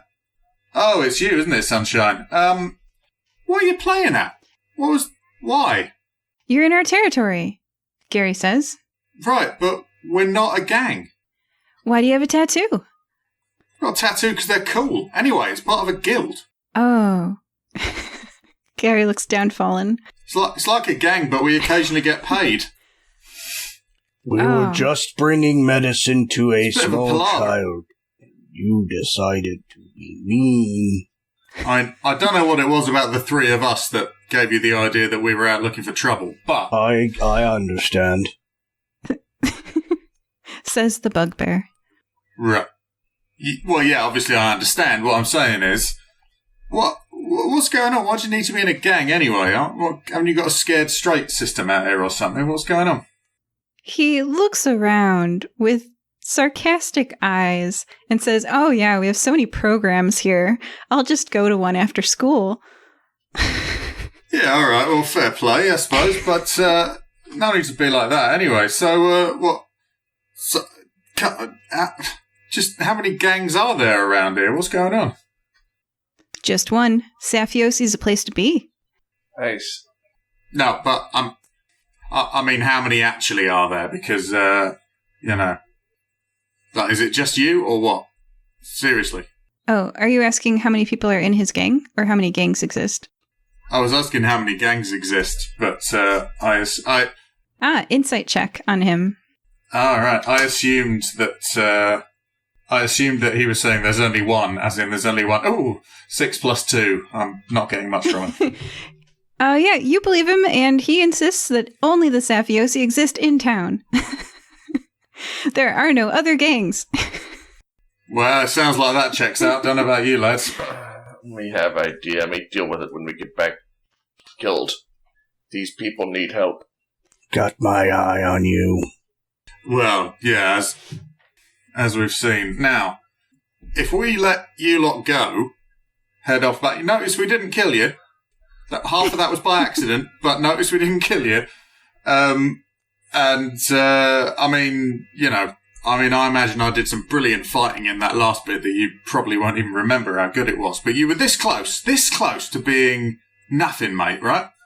If we let you go now, you run along, promise to not bring all your little mates back and start having another go, because we're just going to leave, frankly, because we've got better things to do. Isn't that right, lads? If we see you again, you attack us again, I doubt he hold back. Roll a persuasion check with disadvantage because you're poisoned. Yes. Unless someone wants to help action you, do. which would cancel it out. Runt's going to attempt to Apparently they intimidate don't. with his -2 charisma. You could help him, and he would get Yeah. a second dice. I'll help him. Okay. All right. What do you say to help? Okay, so that negates the disadvantage, so... Okay. Yeah. I just get the one roll. Yeah. So before you roll, Runt, what are you doing to help Scrape persuade this guy, Gary, to just let y'all leave town? I'm going to loom behind Scrape as he's talking and just steer daggers down into this little man with my teeth baring and saliva coming down my teeth. Okay, just being a bugbear. Yeah. Yeah. All right. And Borb is standing behind him as well. He has 2 rather large characters standing behind him. All right, go ahead and roll with your disadvantage canceled out. Scrape, what's on the dice? What? I feel like Oh, a natural 20, 20. like you rolled a 20 on the dice? Oh, my goodness. a natural 20. Yeah. Natural 20 right there. It's very good you didn't have disadvantage. Yeah, you get to keep that. Thanks, lads. It really is. So a natural 20 always succeeds. That means that not only does this person totally agree with you, Gary's like, yeah, man, I didn't know. What does your tattoo stand for? Like, what are you? Fire-breathing kittens. Fire-breathing kittens, mate. Yeah. Even he knows the answer to that one. Fire-breathing kittens? Well, we'll steer clear of you in the future. So you've deterred. Yeah, you see anyone else with this mark, just give him a wave, tell him Scrape sent you. Yeah, you've deterred the Safiosi from attacking fire-breathing kittens for a little bit. Yeah, nice. Just one more thing while we're friends. Why don't you lot go and give mining a go? I mean, you're pretty strong. You seem to have decent heads on your shoulders.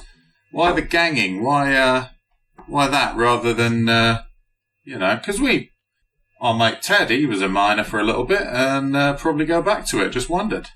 Gary shrugs and says, it's just not for me. Fair play, not for me either. And what do you do with Gary, Lucy, and Fred? Borb puts Gary down. I untie them. You have 1 hempen rope obtained. But the entire time I'm just leering at them. Oh, nat 20. They're not moving at all. Not a finger twitching. Unroll, take the rope, and just walk away. I'm back. No, I'm not walking away. I'm backing away. I'm not taking my eyes off them. Gary doesn't move a finger. Gary just stays right there. And I just Well, I'll go on. and I point to points to Scrape's tattoo and just goes like, I see you. We're watching. Mm. Well, gentlemen, what do you say we make tracks in the other direction because we've got a train to catch? Track's already laid down for train. We need to get on the train You and say go make somewhere tracks. else. We no longer need make tracks. I mean, it's probably the poison talking, mate. I'm sorry. I don't know. I'm at 6s and 7s at the moment. Yeah. Lead the My way. character Lead the way, was lads. being, Bob's your uncle. uh, Oh, God. No, I was enjoying him. So tell me what you all do. I'm heading back to the train. Okay, you're on the train. Where is your destination? I guess that mine that's close by. Yeah, let's not have a total washout of a day, lads. You fancy still popping into Vermilion? Yeah. Okay. Yeah. Yeah, why not? Hopefully it'll take about an hour to get there and I won't have to worry about any of the stupid poison. Let's say it does take an hour for you to walk to the train station, wait for a train, and get there. Oh. And I'll leave you with a description of Vermilion, and then we'll take a break. So you step off the train. Canvas tents pepper your surroundings as far as the eye can see. The tents have their tallest point in the middle like a pyramid. Support poles spike the canvas up at the sides like a crown. The tents are densely packed together. There are no gardens for any of these castles. You doubt you'd want to sit on this throne. Perception check? That is at night at 18. Also an 18. 8. The two highest rollers, please make a Constitution saving throw. This place does not smell well at all. But I'm just kidding. That's a joke. It's a pun on the word throne. So. I was wondering why you said throne, and now I get it. You see a tent that is larger than most and has chairs arranged outside it. A humanoid goat and a humanoid pug are having a drink, hanging out at a picnic bench. Sitting in a chair by herself reading a paper is a sparkly woman. You deduce that this must function as the local watering hole. So if you guys had gone to Vermilion, you would have gone to a pub right away. Live and learn. But you didn't know that. And exploring Kifast was an option. So I'm going to leave you here where there is a humanoid goat and a humanoid pug having a drink. And sitting in a chair by herself is a sparkly woman whose skin sparkles in the sunlight. So as we leave for break, joining us this time were Borb, Goodbye. Scrape, See you later. and Runt. Bye-bye. Bye-bye.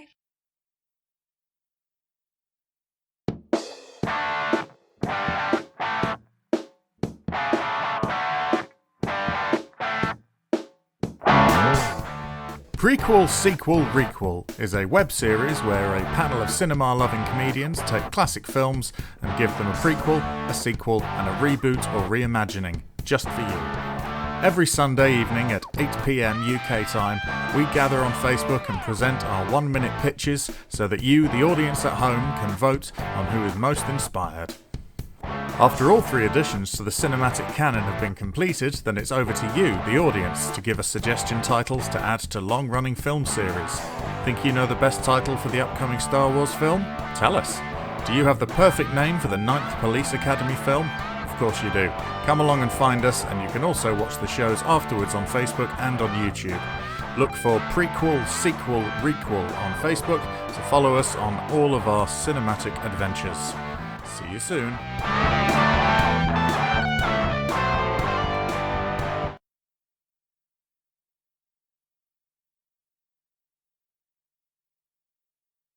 We hope that you're enjoying this episode of the Firebreathing Kittens podcast. Please leave us a review on iTunes.com. You can subscribe to receive new episodes through your podcast player or by visiting firebreathingkittenspodcast.com or finding us on YouTube. Can you think of someone who might enjoy this podcast? Please share it with them. We don't pay to advertise this show, so the only way we can grow is through the support of listeners like you. Thank you. Welcome back to Firebreathing Kittens, a 5th edition Dungeons & Dragons podcast. Joining us again are Scrape, Hi. Runt, Hello. and Borb. Hello. Everyone, please roll a d20. I got a 3. I have a 14. 6. Okay, I'm holding up the number that I rolled to the camera. Can someone read that out loud? Is that an 11? That's an 11. So who got the closest to 11? I got 14. I think that was me. That's pretty close. So please tell us what happened last time. Last time, our 3 heroes embarked on a brief journey to collect some medicine to take to Kifasti. Yeah, Kifasti. Kifasti, which is sort of a shanty town, slum town kind of place. Whilst looking for somewhere to have a drink after their charitable act of delivering some medicine to a poor mining boy and his dear mother, they got into one scrap and then immediately a second scrap with 3 members of a street gang, the only street gang as far as they're concerned, in the town. And after sorting that out, they hop back on the train to check out the temporary stop, which is at Vermilion, which is sort of a tent city based around mining, because there be orichalcum in them that are hills. That there or be. the ground. Yeah. All right. I didn't miss anything, right? Borb and Runt? Opinions? I think you got most of it. Yep. Okay.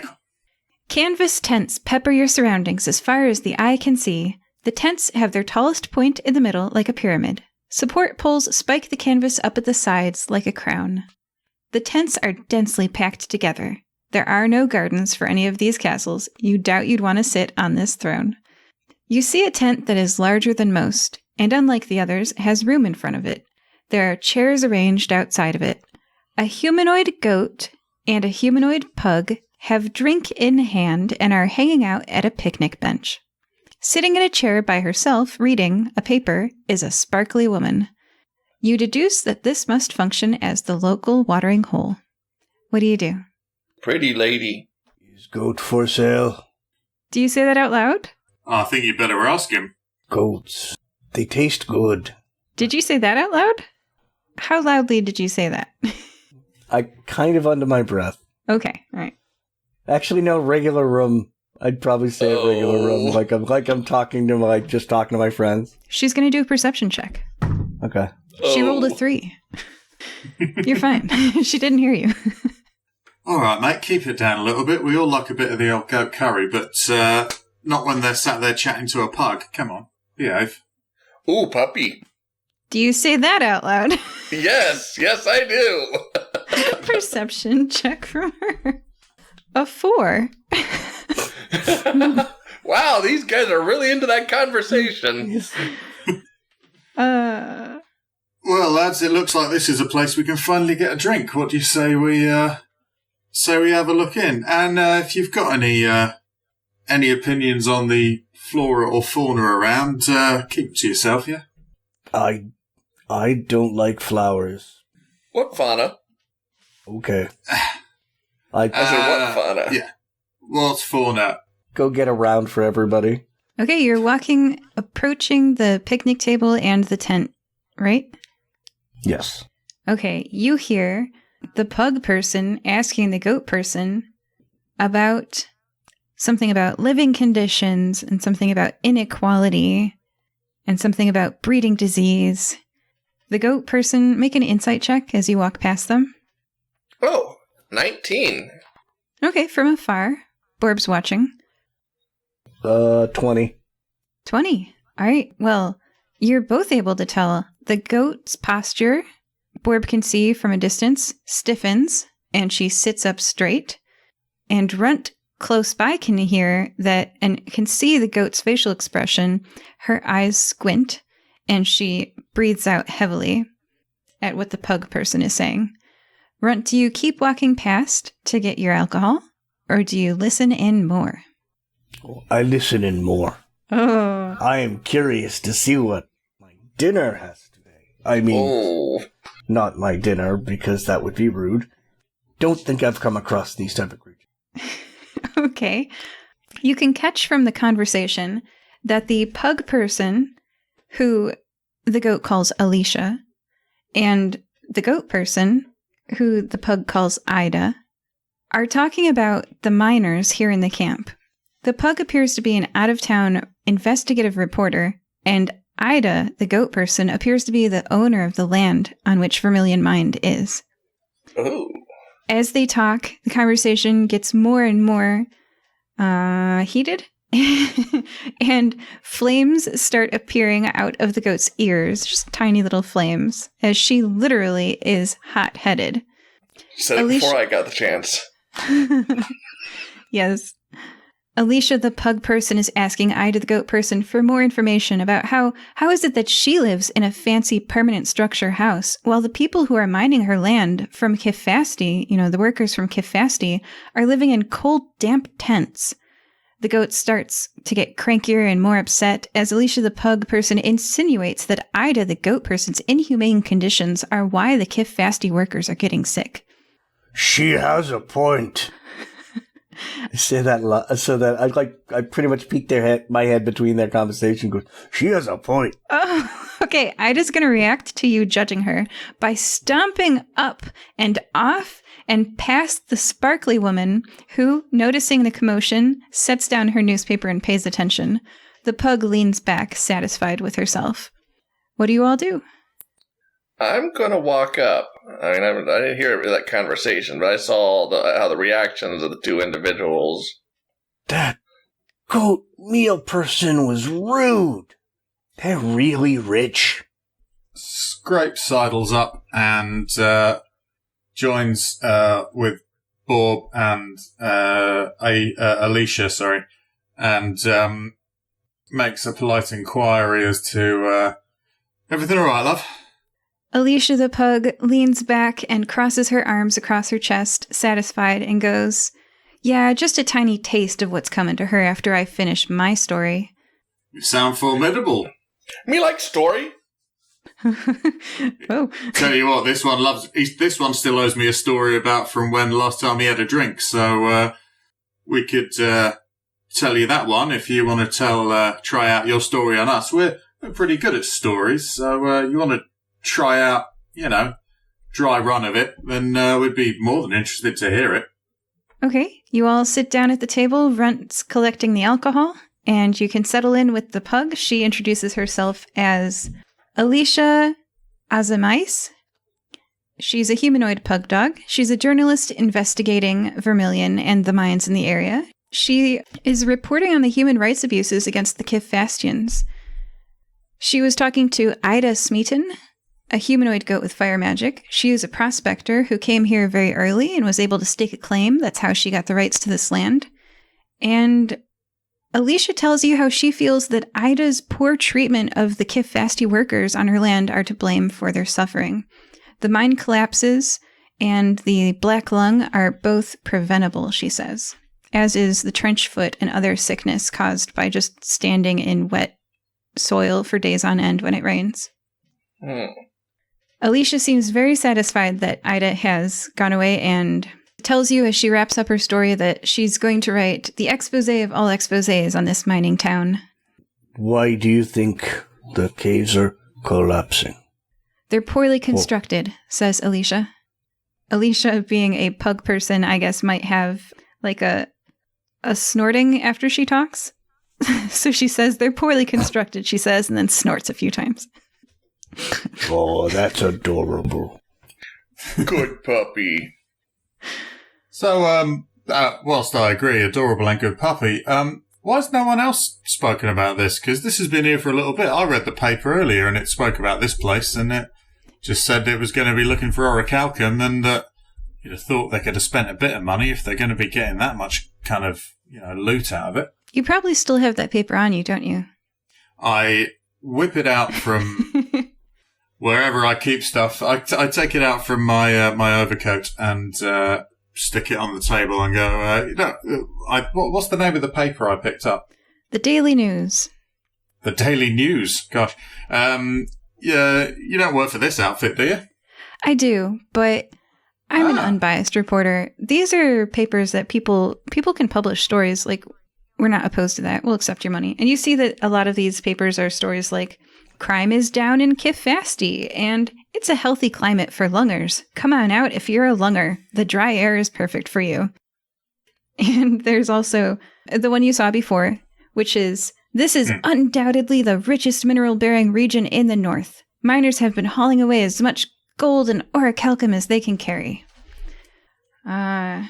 So it's at this point, as you're looking at papers and talking about the profitability of the mines, I think that's a time when the sparkly woman in the corner walks up and she sets down the paper that she had been reading on the table and says, "Oh, you guys are reading about the mine too?"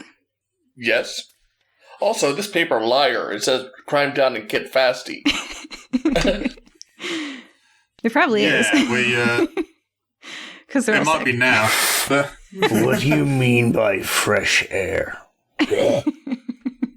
The pug reaches up a hand to the sparkly woman, and the little pug paw and the human hand shake. Alicia Azamice, the journalist pug dog, introduces herself to the other woman, and the other woman introduces herself as Naomi Onofre. I'm guessing an out of character in Asimar, right? Nope. She's a Twilight-style vampire, because I randomly roll races. What's her name again? Naomi Onofre. She slides herself into the table. I knew I'd eventually run into one of those kind of vampires. Whose side did she slide in on? She's sitting next to Borb, because he's got a kitty. Borb puts the kitty down on the table in front of the group. Oh, she's going to pet it. Runt. When she sits down, Runt stands up and kind of covers his face a bit more and kind of gets a little shy. She's literally sparkling. This makes sense. All right. Runt is shy. Naomi's sitting at the table, and then there's the goat person. What do you all do? Well, Scrape decides he's going to poke a little bit more for some information, such as, well, if these things are going on, you know, who is the authority on this land? Is it just that it belongs to Ida Smeaton, or is there no law that covers this for any kind of worker stuff, or are we dealing with the Wild West out here? So before the pug lady, Alicia, can even open her little shortened pug mouth, Naomi, who came over here for some reason, jumps on what you said and interrupts the pug girl, and the sparkly lady says, "Why, yes." She takes out that paper, which you'll see is very well kept up, and it looks well produced, shall we say. It's not just a newspaper. She's bringing out like a pamphlet, a prospectus, and it says, "Running through the Thule Rock property is a vein of ore that is 1/2 mile in width and 2 miles in length, every foot of it rich in gold, copper, silver, and orichalcum. It is said that this is the richest vein of orichalcum ore ever discovered in the world." She slides that prospectus across the table and she says, "This land is owned by Ida, and the land near Thule Rock is owned by Minexo. This land here is running dry, but you know, Minexo that's a newly opened mine. And I hear it's a good one." Well, yeah, I mean... Insight check on her, please. Yes, you should do that. Nope, that was not a random. Insight check is 17 plus 4. So yeah, 4, that's 21. That's quite high. She had this very well prepared. Like, she was sitting there waiting for someone who looking like you guys to walk in. It seems a bit predatory that she's talking to you. No one really introduced her to the table. She came over and invited herself down. So she's trying to get us to do something. She's probably trying to get us into the mining. Okay. Well, will you talk to her and find out what she wants? This is where Borb's trusting nature comes in to bite me in the... What do you do, Borb? Okay, Borb is listening intently to what she's saying. She starts talking about stock. Oh no, I'm gonna lose more money, aren't I? I think you don't have any left after last episode. She starts talking about how stock in Minexo is only 100 gold per share. And if you buy it, you get this fancy gold-edged certificate for each piece of stock that you buy. You know, I have a hot tip for this party. If you're going to go in on a mining company, go in on stock for a big one that just opened, and you'll strike it rich like Ida over there. You know, when Ida came here, she didn't have anything. She was just a land claimer. And then it happened that she claimed the right land. So going in on the right mine early is a good call. And I've got a hot tip for the party. That hot tip is the Minexo Mining Company. I have gold, but Barb is unfortunately gullible. Oh. She says, would you like to go on a luxury carriage tour of the Minexo property? Is this a timeshare scheme? No, it's not a timeshare scheme. They're gonna make us listen to a 2-hour seminar. I went one of those recently. Bad thing happened then. Is this when you drank? No, this is when he went to an MLM. That's why he doesn't have any money. I thought your skin was looking good though, mate. Oh, as a matter of fact, you can notice that my character is missing some fur regrowing on certain parts of his body as well. From the fire ants. Borb's had a rough past few weeks. Yeah. Can Scrape intercept the question before Bob gets a chance to pledge a large amount of money? Yes. Borb also has 0 gold. Lady? No, I got gold because I took back but I paid that freaking pyramid scheme last session. Oh yeah, you got your 100 gold back. That's right. Borb has and 99 gold. I didn't lose all of my gold to Crud Jr. either, so thank God for that. The person he was playing with convinced him to buy a bridge. So yeah. Scrape, yes, go ahead. You can respond first. To sort of sidewind the conversation into asking who Sparkly is. You know, I don't think did she introduce herself? Naomi Onofre. We know. Naomi. Yeah, but did she introduce herself as that, or do we just know that? She introduced herself. You told us. When the pug and her shook hands, yeah. Yes. Okay. Yes, of course. In that case, you can ask her what her particular interest is in Minexo, if she's connected to it, or just a really satisfied customer who thinks that, you could really do well by listening to her. She's gonna say that she's an investor, and she's gonna roll a deception check of 4. A deception check of 4. Yeah, go ahead and roll your insight. Yeah. I shall. Insight is +2. 5. 7. Not nice lie. Okay, so everyone here probably Scrape passed and Borb passed. Runt, do you pass a 4 for your insight to see if she's lying or not? I haven't even rolled and I meet it.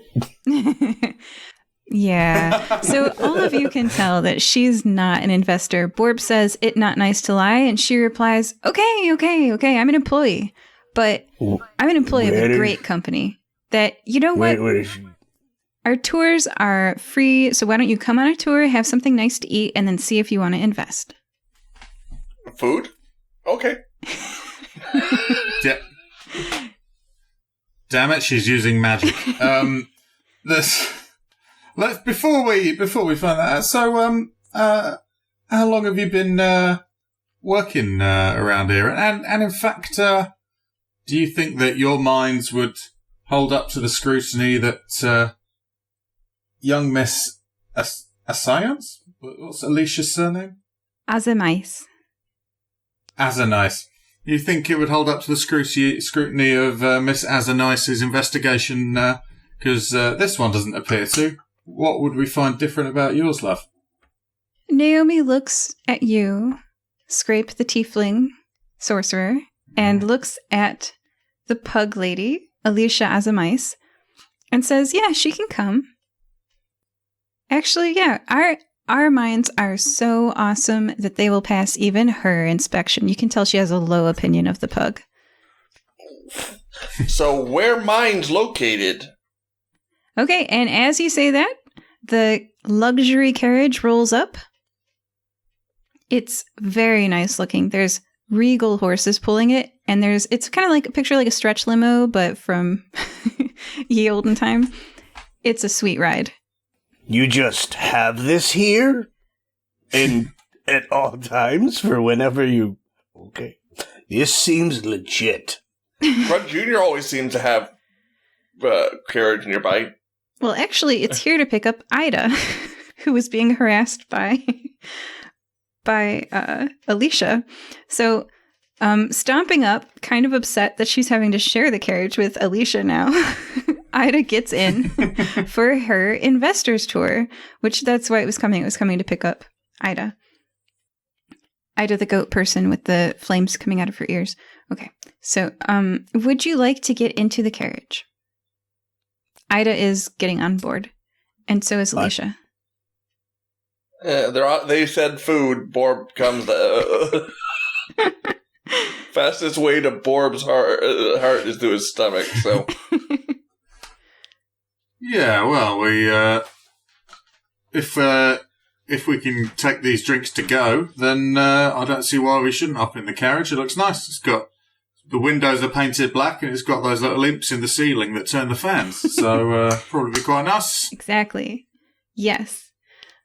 All right, I've got a luxury carriage description to read for you if you go this path. Perfect. It's like a branching choose your own adventure story, so I've just prepared all the possible options. So, inside the carriage. All right.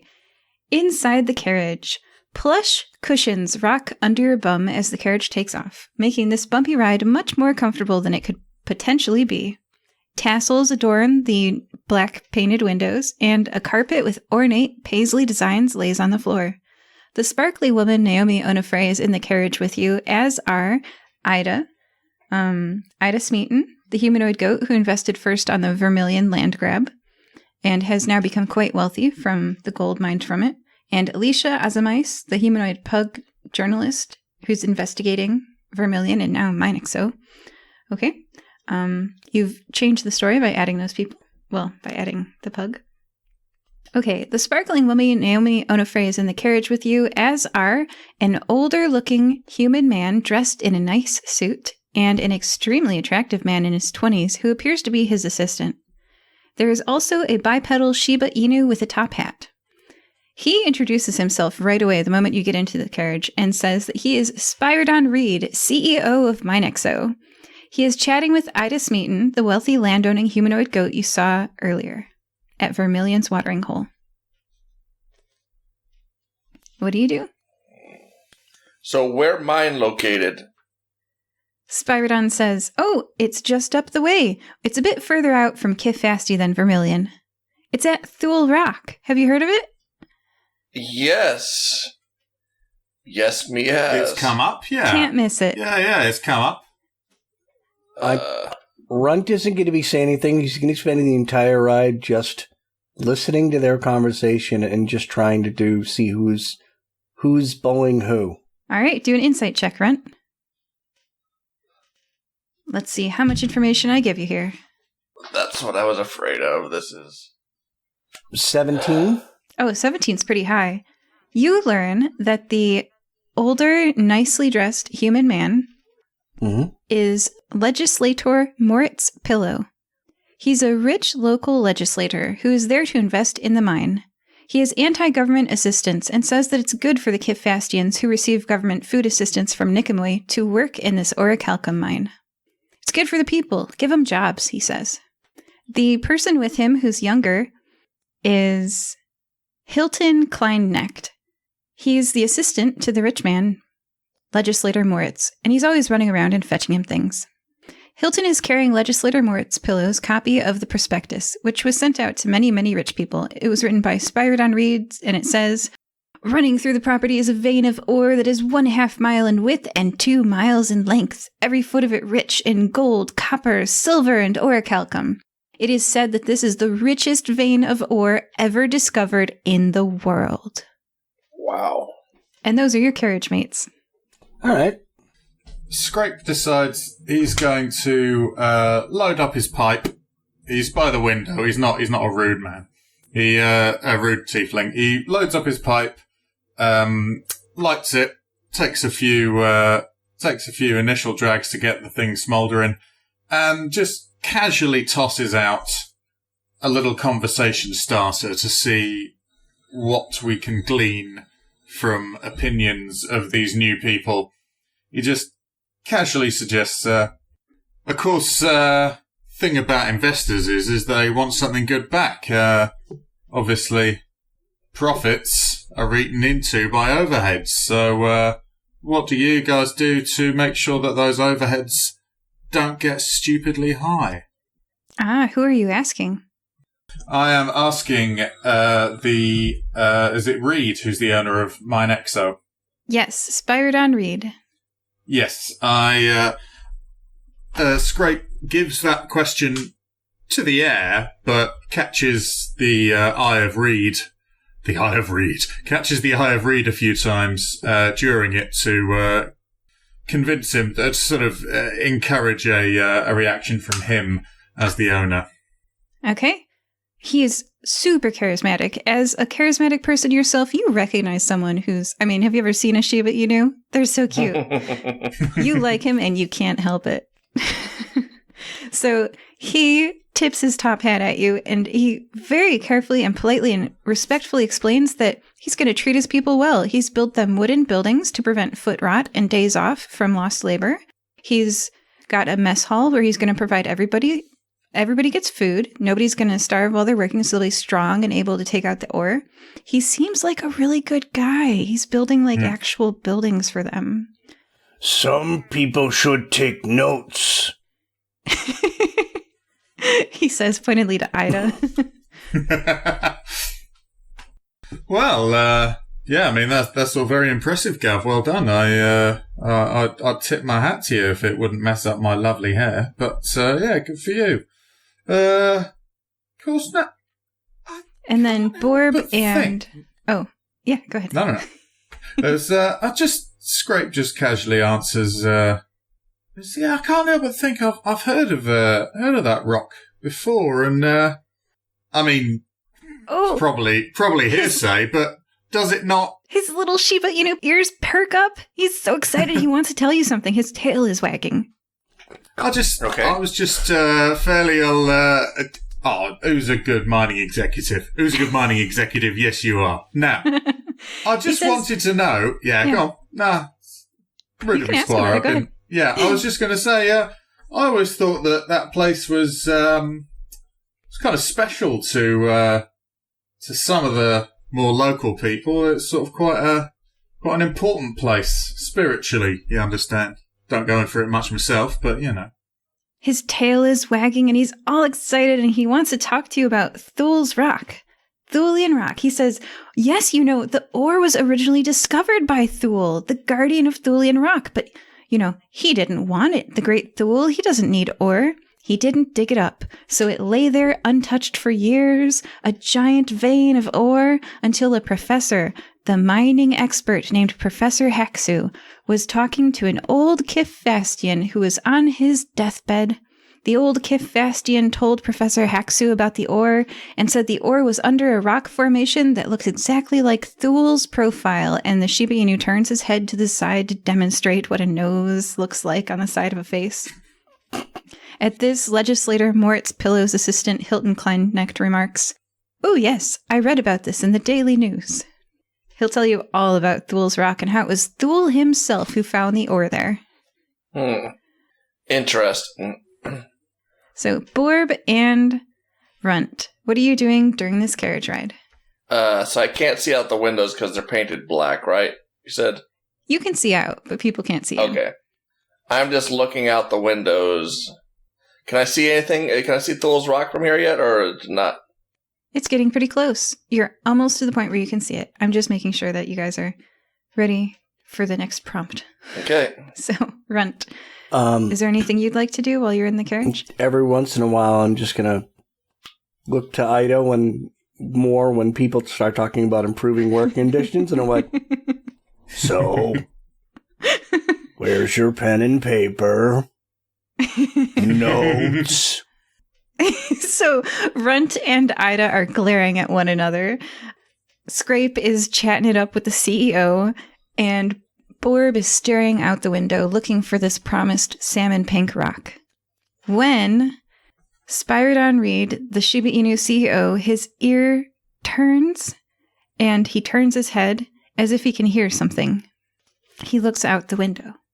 Spyridon squints out the tassel-framed luxury window. He stands up and yells, "Hold up!" and stands up. The carriage rocks to a stop. He opens the door, pulls out a long-barreled rifle, takes aim, and shoots towards a rock pile. The rifle booms loudly in the carriage. Everyone, you're a little bit deafened, just a tiny bit, because you just shot it, yeah. Distantly, you hear the bullet hit, or I guess you would just see, because you're a little deafened. You see the bullet hit, or run. Probably only Borb does, because Borb was looking out the window. Borb sees the bullet hit, and pebbles clatter down the rock wall. Everyone roll initiative. Okay. Now things are getting interesting. 2. Sorry to have been boring. 2. 8. Oh, yeah. It's interesting. I'm just saying. Never mind. 13. Give me a second. It is getting eerily dark in my room. Turn a light on. Okay. That's not how I meant it, DM. Sorry that I made it sound like it wasn't interesting. It's just things are getting really interesting now. Even more interesting. There we go. All right. Runt, you're up first. The doors open, and Spyridon Reed, the Shiba Inu, is with his eye to his rifle, looking out at the rock pile that he just shot. What do you do? Well, what did these rocks do to you? Runt defends the rocks. What did they do? Spyridon shouts out, I saw movement. Movement equals murder? It's an ambush. Which way? Back towards the rocks. I run towards the rocks. Okay. Run towards the rocks. Okay, you're going to take both your movement and your action to just sprint extra fire, doing a dash action? No, I'm gonna run to the nearest cover. Oh, okay. Go ahead, and you're going to find cover? Yeah, I'm gonna run to the nearest cover. Just so that something else. By the way, how much time would we have time to heal up through all this traveling? You can use your hit dice to short rest. Yeah. Yeah, I'm going to do some... You were at 2 HP, right? I was actually at 32 because I used my heal ability. Okay. All right.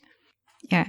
You have your number of levels of hit dice, I think, to use, and then you refresh the number of hit dice you have every long rest. Okay, so you are finding... I'll give you half cover, because you're a pretty big bugbear there. Yeah. So agreed. you get half cover, which adds to your AC, I think, like +3 or something. I sucked at birthdays. For surprise parties. Why is part of a bugbear poking out over the couch? I'm going to use 4 hit die. Okay, after Runt, Borb, it's your turn. What do you do? I step out and I'm looking around to see if I see anything. So, do I see anything? Your ears are ringing from the sound of the rifle going off in the carriage, and your eyes dart around to a perception check. Okay. Yeah, I don't see anything. I rolled a 2. I rolled a 4. You're disoriented from the rifle explosion in the carriage, and that's all you can hear. It's just this loud ringing. And then it goes away. There you go. Okay. Anything else other than that perception check? If I don't see anything, I just ready my axe. Okay, Borb has his axe out. He's outside the carriage. And my shield, yeah. Scrape, it's your turn. Yeah. How far away are we from the rocks that were shot? 100 feet. Oh.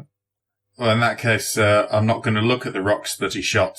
I'm still scraped from the block. I don't know what I can do, really. Let's have a quick look. I don't have anything for that range, so I'm going to thaumaturge again and ask whoever might be there to come out with their hands up. The loud voice booms across the distance, and the rocks do not move. No one answers. I see. We're back to Runt. Runt, you're in half cover. Half cover. Do I see? I'm going to do a perception check, see if I can get a beat on where they may be. Can I see them yet? See anybody yet? You don't see anybody from where you are. Do you want to do a perception check? I want to do a perception check. Okay. All right. Go ahead. Do one. 20? Oh, that's quite high. Okay. You're pretty certain you don't see anything. It's just rocks. The same orange-colored rocks that are everywhere here. I stand up and go, "It's just rocks. Innocent rocks. Why? Why?"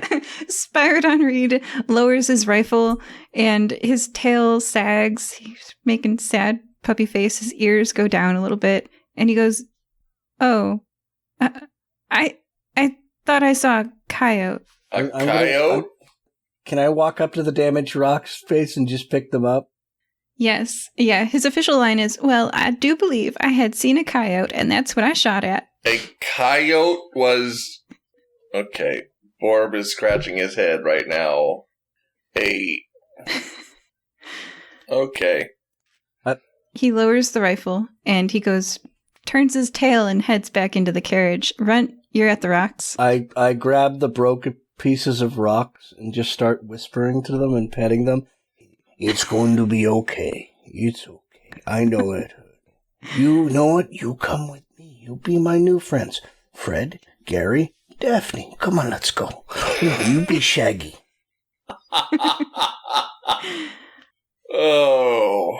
And I put them into my special rock pouch. "You guys play nice." Aw. I think they're comforted from that. Solid work. Okay. They just got born, right? They just got blasted off the face of the other rock, and now they're already making friends. There you go. My job here is done. The grow. Okay. Only minutes ago they were part of that rock, and now they're off to college. I just don't. Where do the years go? Okay. I am Borb, so proud. what are you doing? I'm getting back in the carriage, just shaking. Borb is just shaking his head, wondering if this guy is paranoid. Yeah. And Scrape, what are you doing? Scrape barely got out of the carriage because he was just doing shouting. So he settles himself back down again and picks up his discarded pipe and carries on. Whilst casually asks Hilton, the young assistant, just casually leaning over to him saying, "Do you know if he happens to do this a lot, or can we expect any more of this on the journey, or do you think he'll be all right now?" Hilton leans in conspiratorially to you and says, "This is the first time I've met him, and I don't know, that was pretty weird, right?" It was unusual, yeah, but I just wondered if you had any further information on it. Anyway, thanks, mate. I appreciate it. He nods, and you guys share a glance at this Shiba Inu, Spiridon Reed. Runt is not going to get back in the carriage. He's going to get on the carriage with the dude with the rifle and go, "I will keep an eye out." All right, you and Spiridon ride the carriage on the top of it into the small mining town of Minexo. So I'm going to read that part now for you. Okay. With Runt and Spiridon with the rifle riding on top, the carriage pulls into a flattened opening, cleared of trees, at the base of the large salmon-colored rock that stands basically as a mountain on its own. This is most likely Thulian rock, the one you've been hearing about, and the one Spiridon Reed mentioned on the ride here. As the carriage pulls in, explosions boom, and rock dust is thrown into the air. Everyone appears to be working very hard. The investor's carriage pulls in and can clearly see as a big load of ore is hauled up, full of glittering orichalcum. Spyridon Reed turns back to you, Runt, his eyes smiling, and on top of the carriage he says to you, "Welcome to Minexo! Come, let's get you fed, and then how about a tour of the mining complex? Yes, yes," and hops down, four-legged for a second as he jumps down from the top of the carriage. I want to make sure the rocks are taken care of. Okay. The legislator Moritz Pillow heads into a wooden building, as does Ida Smeaton, the humanoid goat, and the pug Alicia Azamice follows along. DM, you said that one of the characters we met back in the other town said that nature spirits were causing trouble in this area, correct? She said she wouldn't be surprised. That was Luma. Ted's mum. Yep. Yeah, Ted's mum, Luma Kanan. Luma Cannon. Yeah. Okay, I'm just keeping that in mind. I'm just thinking, all right, I might be able to make use of my new ability this session. Come, says Spyridon Reed, and gestures for you to follow him. Do you all follow? Yeah. I'm hungry, so yes. It smells really good. Any lamb? Oh, you smell lamb. Oh, you do.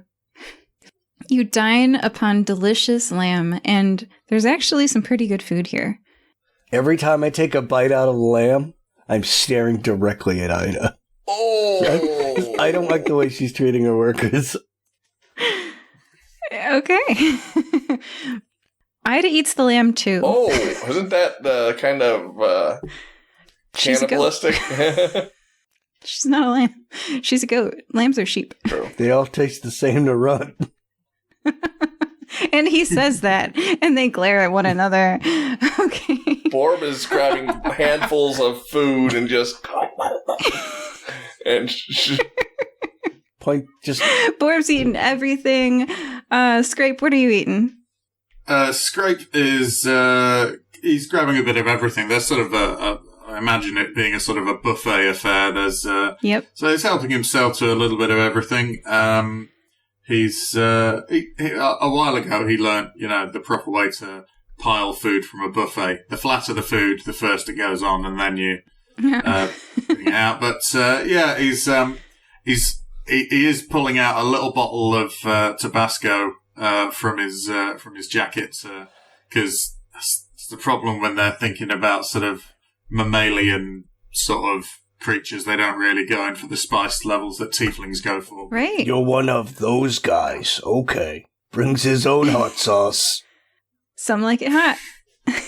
Well, yeah. I mean, I wouldn't have to if they sorted it out, but it's hard to taste anything. The amount of satin slice I get through. So, yeah, if I smoked a bit less, I could probably taste a bit more, but why give up one vice when you can have two, eh?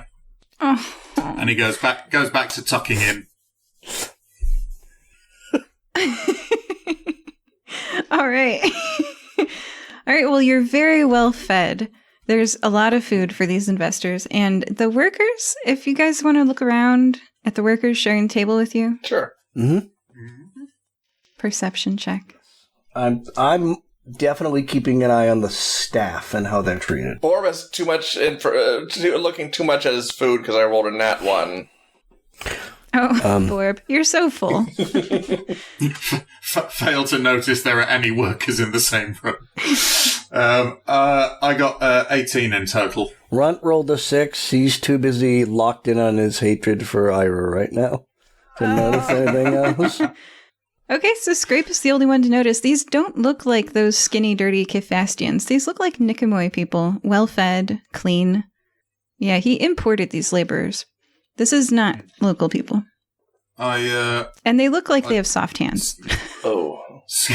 Scrape attempts to catch the eye of one of these alleged workers to just ask him if he could pass the salt. And from his demeanor and the way that he holds himself, Scrape is going to attempt to deduce. He's going to try and Henry Higgins him and work out where he's from just by how he passes the salt. All right, insight check. Insight 12. Okay, well, his soft hand passes the salt across the table, and his fleshy, overweight and not particularly muscular arm jiggles as he hands it to you. That's what you get with a 12. Maybe he's new. Okay. So. Thank you, mate. Much obliged. He says you're welcome. Very happily. Spyrodon Reed, the Shiba Inu, leads everybody after you eat. After you eat, he leads everyone towards a tunnel. Do you follow and go along this tour with Spyrodon Reed? Would you like to see MineXO? Sure, why not? Okay. I try to, Scrape tries to get the other two, to get Borb and Runt to hang back just a little bit. Okay. Knowing that it's difficult to get them to react to anything quietly, he does his best to slyly suggest that things might not be what they seem, knowing full well that this could blow the entire cave. My stealth and sleight of hand is pretty good, so... Oh, all right. How about Borb's, though? Not a chance. Borb was not built to be stealthy. Okay, you guys are at the back of the party. I'm going to say that you have actually, since you're at the back of the party, I'm going to say that you see something. So I'll describe the tour and I'll add something that you see because you're back there. Okay. So it's tight quarters, but you fit into the space carved into the salmon-colored stone. You wedge yourself past dust-covered workers hauling ore. The ore glitters with orichalcum. Spyrodon's eye lands on a snaky dude and a humanoid warthog. The humanoid warthog takes off his hat, revealing long black strands of hair on a greasy, shiny scalp. And this human warthog wrings his hat in his hands. Since you're at the back of the party, you're able to see this. He says, "I'll just be one moment," says Spyrodon, the bipedal Shiba Inu. And he and the warthog go off. And now, since you guys are at the back of the party, I'm going to say you hear this Shiba Inu going off at this warthog guy. He's yelling really loudly. He does not seem like a nice guy right now. He seems like a not so nice guy right now. And he, you hear him scream, "You're fired!" at this guy. He comes back to the party, and no one else heard that because no one else was at the back. So you guys are the only three that heard that. And, "I'll just be a moment," says Spyrodon, and he is indeed back quickly. The bipedal Shiba Inu walks excitedly towards a cart full of ore that a worker is pushing out of the mine, pointing to shiny, flaking material in the clusters of earth. "Orichalcum!" he exclaims, smiling, all smiles like nothing happened. The older man in the suit, Legislator Moritz, walks up to him and asks Spyrodon Reed if he can inspect the ore. "Please do," says Spyrodon Reed, the Shiba Inu, so happy and kind and lovable once again. Legislator Moritz takes out a pocket eyepiece and examines the shiny flakes. "Orichalcum! Why, it is, indeed!" he exclaims excitedly. You all walk just a little bit into the mine, not very far at all. The mine that is carved into the large pink stone, but not very far, and you finish out your tour having seen several pieces of unpacked mining equipment about to be set up to process the ore. The elderly Legislator Moritz looks tired from the short walk, but excited, and his assistant, Hilton, the man in his 20s, with the politician's features and the nice face, gently takes Legislator Moritz's arm and helps him back towards the luxury carriage. Spyrodon walks with them towards the carriage, paying attention to the wealthy legislator, not to you, and calls over his shoulder a parting shout of, "I hope you enjoyed the tour. Please do tell your friends all about MineXO. Stock is bound to rise. Bye-bye."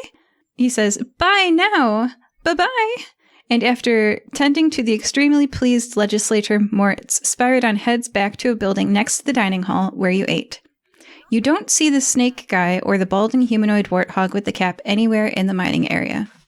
The carriage is awaiting. What do you do? So during that tour, when they were, I didn't want to interrupt you, but when you were doing the cart, inspecting the cart, I rolled a sleight of hand to see if I can take a piece of the ore. Oh, okay. Yeah. All right, let's roll a perception check from the person pushing the cart. 13. I rolled a sleight of hand of 16. Yeah, you take that ore. It's shiny. It looks like orichalcum. Is there any residual? It's unrefined, so there's residual of whatever else, like dust that's on it, right? Yeah, it's embedded in a brown rock. Yeah, because I want to see if Later on, when we get it. You're going to talk to the rock? Maybe.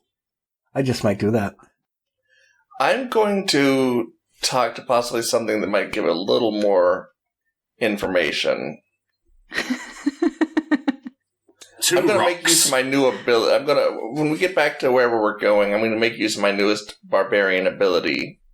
You said local spirit, and there's local nature spirits in this area.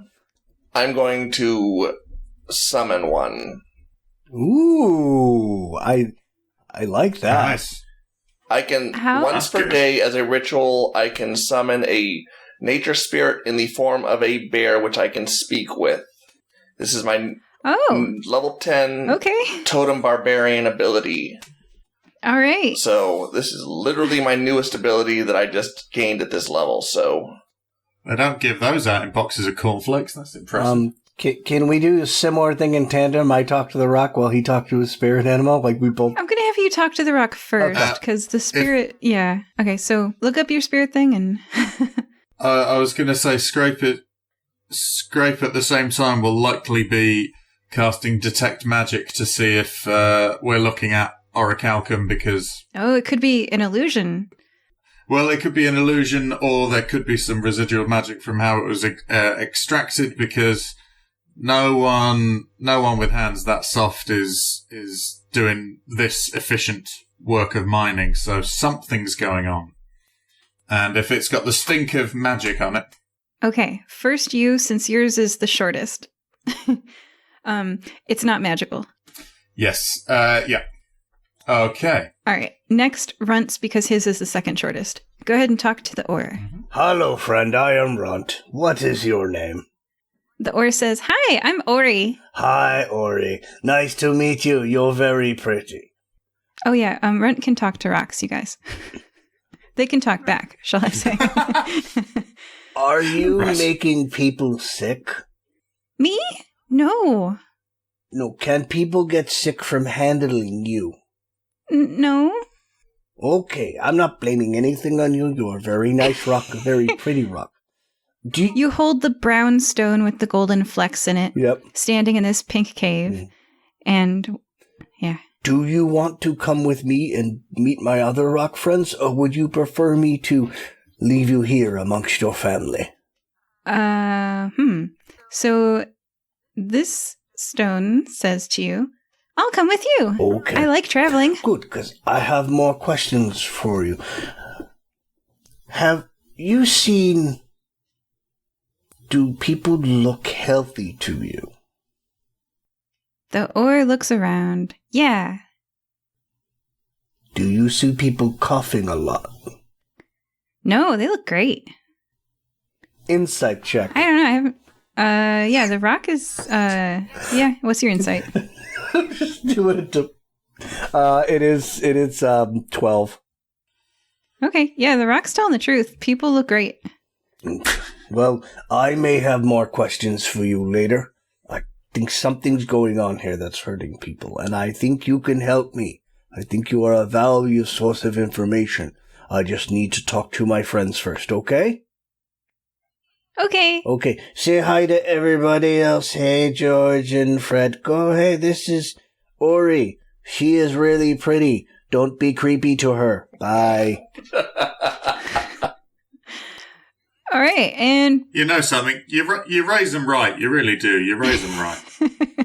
And Borb, you're summoning a spirit bear, I believe. That is correct. Also, Runt, you're going to kick yourself later. You didn't ask the right question. I know I am. It's bothering me because it's bothering me so much. He puts the brown stone with the gold flecks into his pocket, standing in the pink stone. All right, Borb, what do you ask your spirit bear? I ask. Or I guess, what is the spirit bear? Like, what is going on with this? It literally just says I summon a spirit creature based off of the totemic creature that I chose, which is literally a bear. Okay. So I've got... All right. Wow. Okay. A panda bear appears in front of you. It is translucent with black and white markings on it, and a pink wavy mist is waving out from it also translucently. If you guys have ever seen Avatar: The Last Airbender, where there's a panda spirit, this is very similar to that. There's a panda spirit. Oh my gosh, all of my players are nodding. I just rewatched the whole series again since it first aired. Yes, I remember the panda spirit. Yeah. All right. The panda spirit looks angry. Okay, that tells me a lot. What they really doing here? The panda spirit shows you, it lifts its arm and it shows you how there's a gash. It's the exact same shape as the gash in Thul's rock, that mine that's cutting into the pink stone. And the panda groans like sad bear groan, like rah, like Chewbacca, rah. In the arms of an angel. Okay. That bad. That really bad. It's bleeding. Little pink spirit oozes from this panda wound. That tells me. It's even got adorable blood. Deeply unsettling. Are other spirit animals causing trouble for these people? The panda seems frustrated and like it wants to, but it's not able to. Like, the panda shakes its head sadly, no, in frustration. So they're not causing trouble. Okay. No. So it's safe to say that Borb is motivated to help this panda bear, huh? Oh yeah, a big fluffy bear. Not only is it a totem creature, but it's fluffy. Yeah, and it's injured in the exact same cut as the shape of the mine. So is it only you who can see the panda bear? I don't know. It doesn't really say. It just says I summon a bear spirit and I can talk to it. That's about all the ability says. So. Okay, I'm gonna go with it's only you. Okay. Because that gives you more agency over the story. So Runt has his stones that he can talk to, and Borb has his panda bear that he can talk to. What do you all do about this? I tell them what I just found out. It's that the mining hurting local the local nature spirits. Excuse me, my rock says every human is healthy, and rocks don't lie. Interesting. But the spirits are hurting? That's not good. Well, how long is this area, including all of the humans, going to be healthy if this spirit ends up carking it? The spirit... It's going to go the bad spirit's very, not very harming quickly. them, but they harming spirits. No, but I mean, if the spirit ends up not being able to knock around here very much, what sort of natural protection does this area have? Does it, if the spirits were to leave, what's going to happen to this area? I imagine it's going to become a lot less safe for everyone. Fair point. So you also want to protect... If you can ask your panda bear that. So you want to protect the panda bear too. Yeah, the panda bear can tell Borb that the panda does a good job of, like, helping the birds and the animals and the people all do well here. People would want the guardian spirit of Thulian Rock to stay around. This is Thul. Thul is a panda. Me like Thul. Well, yeah, and it never hurts to have spirits of nature on your side in case we ever come this way again and there's some other kind of ruck-up, so... But the spell only lasts a few minutes, so so my ability to talk to the panda fades away, so... So around you, okay, the panda fades away, the pink mist dissipates, and you're left with only the memory of the adorable panda. Aww. Around you are Legislator Moritz Pillow, who is thrilled about investing in this mine. It will help the local Kifasti economy. It's good. It's going to bring jobs. There's Alicia Azamais, the investigative journalist who's investigating MineXO. She is almost done with her story on how Vermilion treats its miners terribly, and she's looking around suspiciously at MineXO. There's Hilton Kleinknecht, the assistant. There's a warthog person and a snake person who went off somewhere. And there's Ida Smeaton, the humanoid goat. What do you do?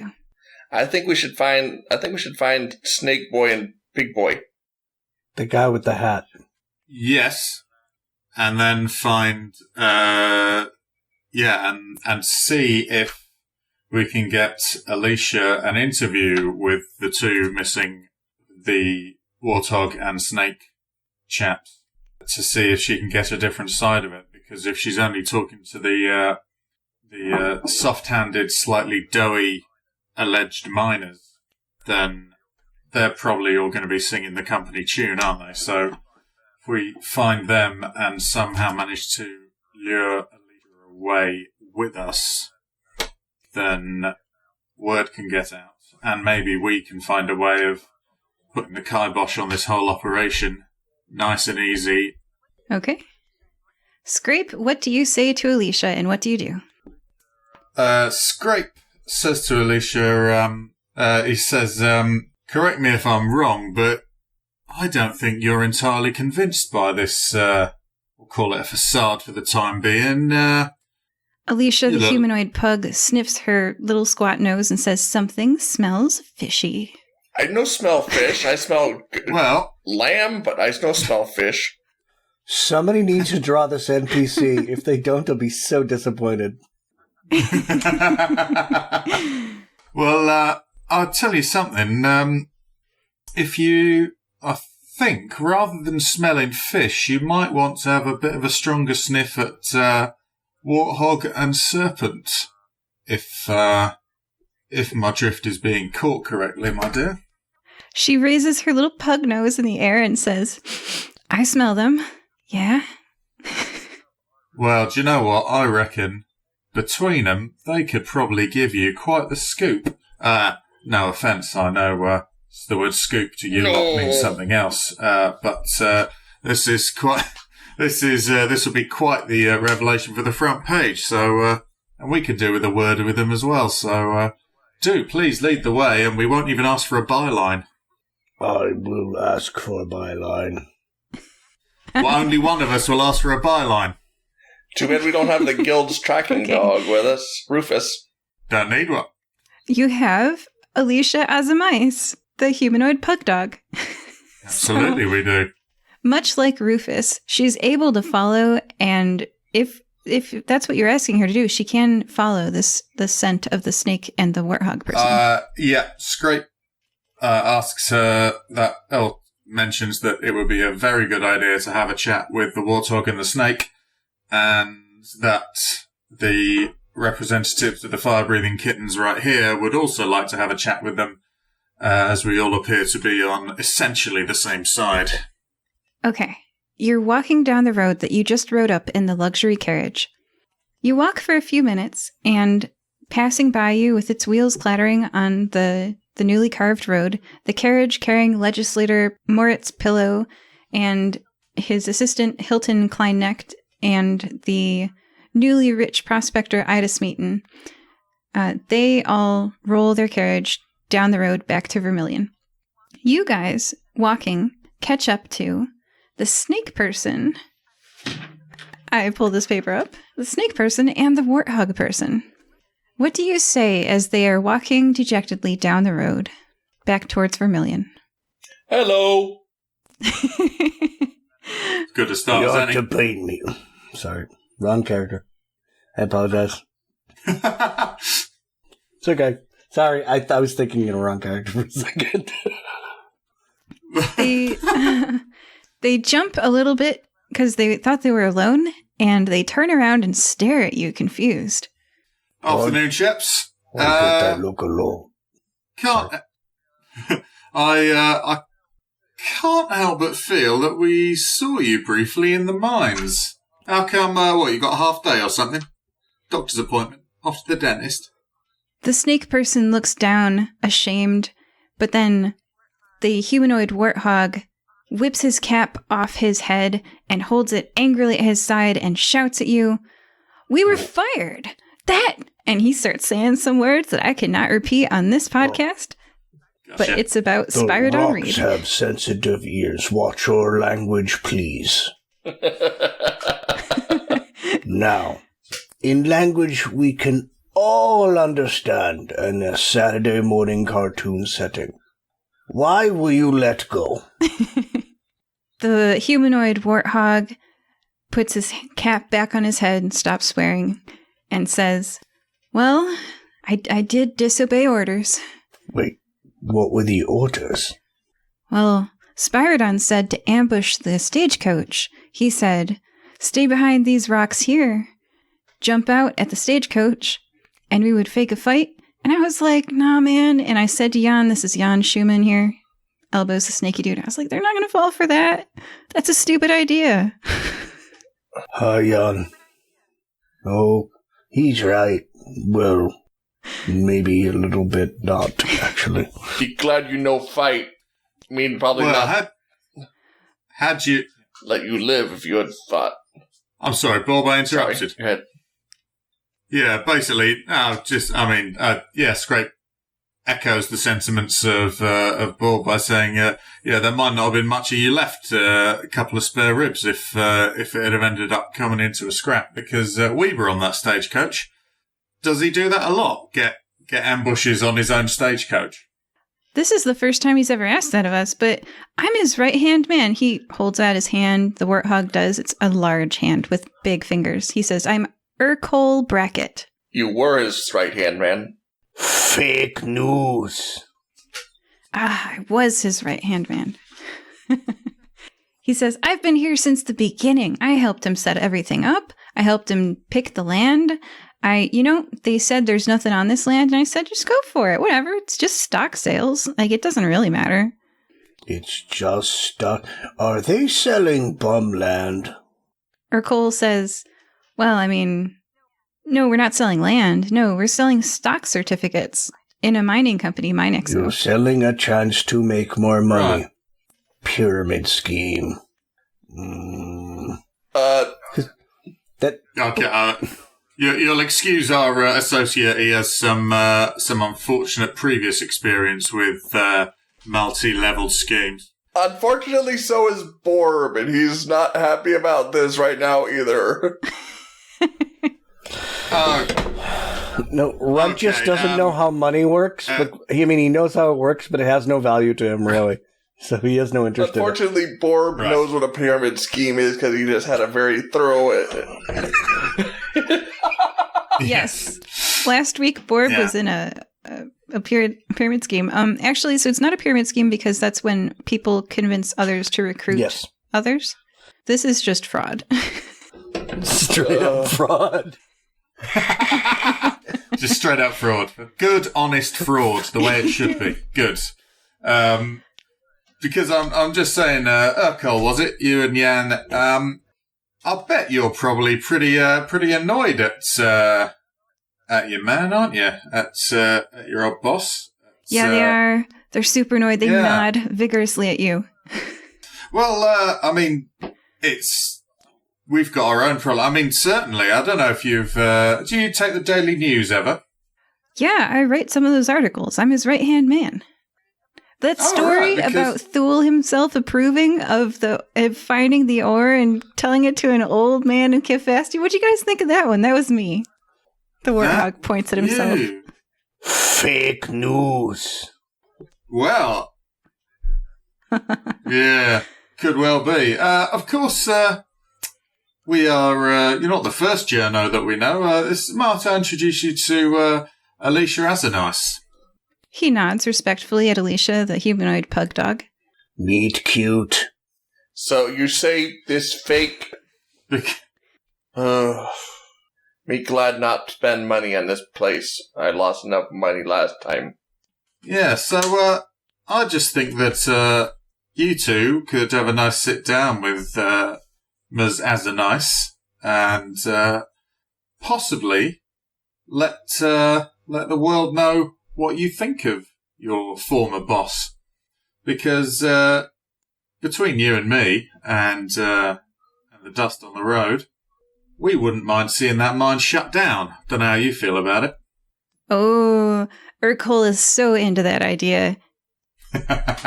He says, you know what? I bet if we just took you back there right now and I let you into the mine, you'd see how with the investor's carriage gone, it's probably completely silent. They're not doing any work. Oh. Yes, please. Oh, I did wonder, because I've got to say, I I mean, I've felt harder marshmallows than the hand that passed me that salt at lunch. So, yeah, it doesn't surprise me at all. What are they? Just people getting paid a few gold pieces to pretend to be? Because, I mean, some of the acting was a bit hammy for my taste anyway. All show. Yep. All show. Even he gets it. So I'm going to tell you guys now about a mechanic you might not be familiar with, but you seem to have chosen this for your ending. So are you familiar with sowing rumors? Yeah. Ah, yes. It is a political tactic. Yeah. Not many D&D games end like this, but this one seems to be going that route. So I'll read you the mechanic. Yeah, this... Sowing rumors. Swaying public opinion can be an effective way to bring down a villain or elevate a friend. Spreading rumors is an efficient, if underhanded, way to accomplish that goal. Well-placed rumors can increase the subject's standing in a community or embroil someone in scandal. A rumor needs to be simple, concrete, and hard to disprove. An effective rumor also has to be believable, playing off what people want to believe about the person in question. Sowing a rumor about an individual or an organization requires a number of days depending upon the size of the community as shown in the following table. In a town or a city, the time spent must be continuous. In a village, it does not. This would be a village. It's pretty small. So basically, you need to... Here's a table. I'll roll it. 2d6 days. You need to spend 4 days collecting information for Alicia as a mice so that she can sow rumors as you investigate this mine. I am perfectly fine with this. Oh, yeah. Okay. Well, if they've got any of that leftover food there, then at least we'll have something to eat while we're doing all this. Oh, yeah. Yeah? Okay.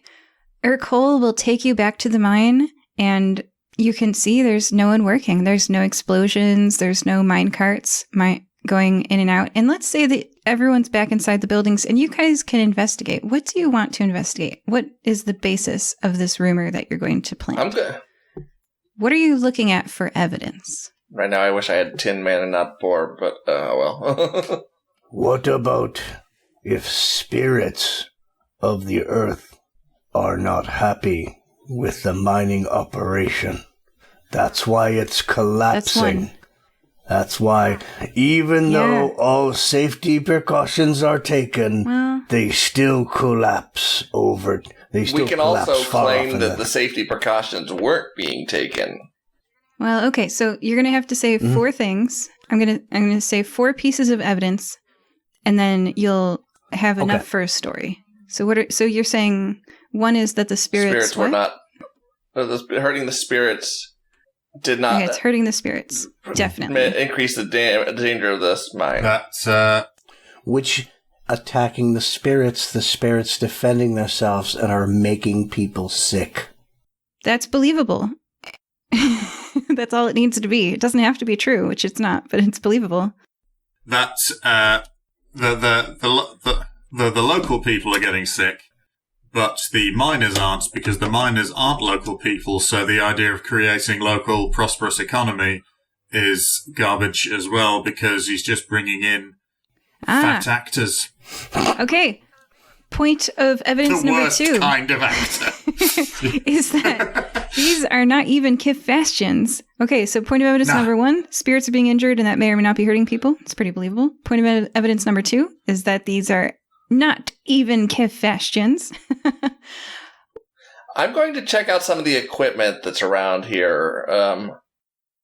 Oh, that's good. Yeah, do an investigation check on the equipment. And, Urkol can open up that locked door right for you. Shouldn't fire your right-hand man. He's got all the keys. He also will have the key to the business office, and there are potentially documents that will... That is a 17. Oh, wow. Yeah. And what were you investigating exactly? I'm looking to see what the equipment's like. I mean, is it... Excellent. This equipment is not rated to process this kind of ore. Alicia is a mining expert, and she says this wouldn't process ore, Kelcom. They wouldn't be able to. Okay, so equipment that's not up to the job. Fit for purpose, yeah. Not up to snuff. Yeah, they're using subpar your third one? equipment. And third, I'm going to check out the finances for the mine.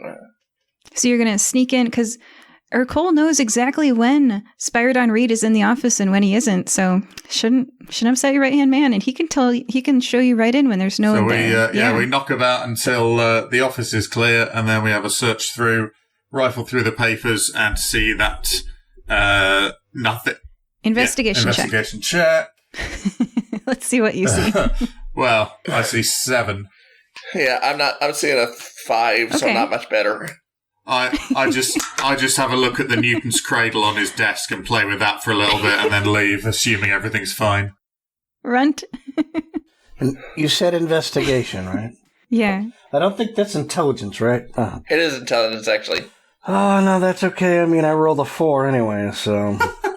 Yeah, no, Okay. I got a 3. So all you guys know is that he has made $3 million in stock sales. That's all you know. I'm not going to give you any other details. All right, I'm going to check out the mine then. Okay, you're in the mine. You're in a salmon rock. You're in an archway. There's in the wagon in front of you. There's brown rocks with gold shiny things. I'm going to check out the rocks then. I'm going to dig through. Okay, you're looking at brown rocks, and everything around you is salmon As color. he's digging through, Oh! Wait, what? These aren't from the rock. These That's correct. these have been brought in from wherever the actual one is. Could we connect it? Is there any potential way of connecting it to the fact that this may well have come from Ida Smeaton's mine? Is she in on it? Is there some... Because then we can shut down that one too, because she's treating everyone like garbage. No, it didn't come from Ida Smeaton's mine, but it did not come from the... Can we make people believe it? You could definitely say that, yeah, because I've gone into full J. Jonah Jameson mode here. Everything... Get me a picture of Ida! Yeah, It just has to be believable. That's it. This orichalcum is not the same color as... The rock that this orichalcum is in is not the same color as the rock from this place. from It Thor. is not... Yeah. Yes. With that information, I'm going to open up my bag, take out the rock I was talking to earlier. Hey, Oni. Are Yeah. you says hi. from here? No. Where are you from? I'm from Names Another Mine. Ori just confirmed you are correct. Okay, Borb is grabbing chunkfuls of the orichalcum, and Whoa, be careful. They have feelings. and is shoving it into his bag of holding. I know that this is going to be valuable. You're not going to take all of it, but this is... Yep. You get 10,000 golds worth of orichalcum. What the hell? Each of you can take 10,000. I mean, they were purchased by Spyridon Reed from another... He bought rough ore from another mine, and now you guys are getting it. Yeah, I'll have that. I'm going to take a while because I'm going to ask consent from each rock. Of course. And the thing about having Urkel right with you is he's going to help you do this. He's going to tell you when the shifts are. In fact, there's nobody working these mines at all. Well, we heartily encourage Urkel and Jan, and indeed Alicia, because if Alicia is independently wealthy, then her investigative journalism can continue without having any kind of clash of interests. So I'm going to roll for her, actually. I'm going to give her... yeah, let's see what she gets. She politely declines. Oh, Okay. Yeah, she does not take any of the orichalcum, so saith the dice. Scrape just double checks a couple of things with Alicia, such as one, can you take a statement that comes from a rock? Will that pass muster to your editor? And two, you won't mention the bit where the fire-breathing kittens do help themselves to a big chunk of change because I was returning the rocks to their home and not using them for a profit. oh yeah, of course we all were, mate. Yeah, we all were. Yeah. Borb doesn't have to worry about missing gold anymore. You all gain 10,000 golds worth of orichalcum ore, and Alicia, with her shortened pug nose and her dog face, smiles and says, "Of course I wouldn't." She's not going to reveal that the fire-breathing kittens took any. She's going to say, "I appreciate you helping me." And the slighted Urkel Brackett and Jan Schumann, they take their share as well. Quite right, too.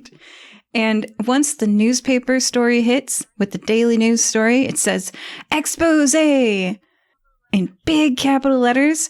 And after that, for some reason, Spyrodon Reen has a bit more trouble selling shares in Minexco.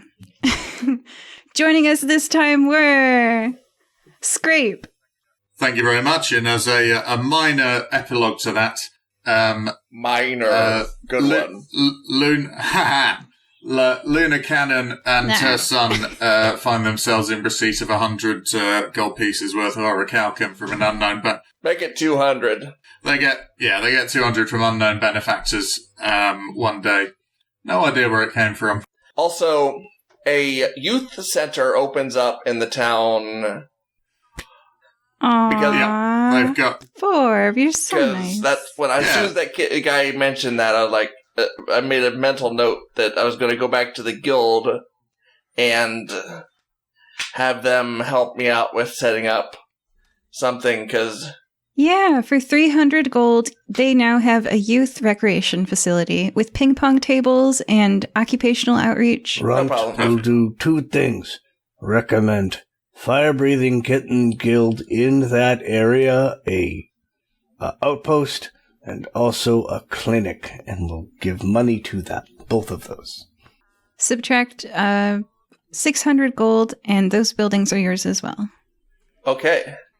A little training school for future guild members. Aw, you guys, that's so cute. So, joining us this time, we're Scrape, Thank you ever so much. Borb, Thank you. and Runt. Bye-bye. Bye-bye.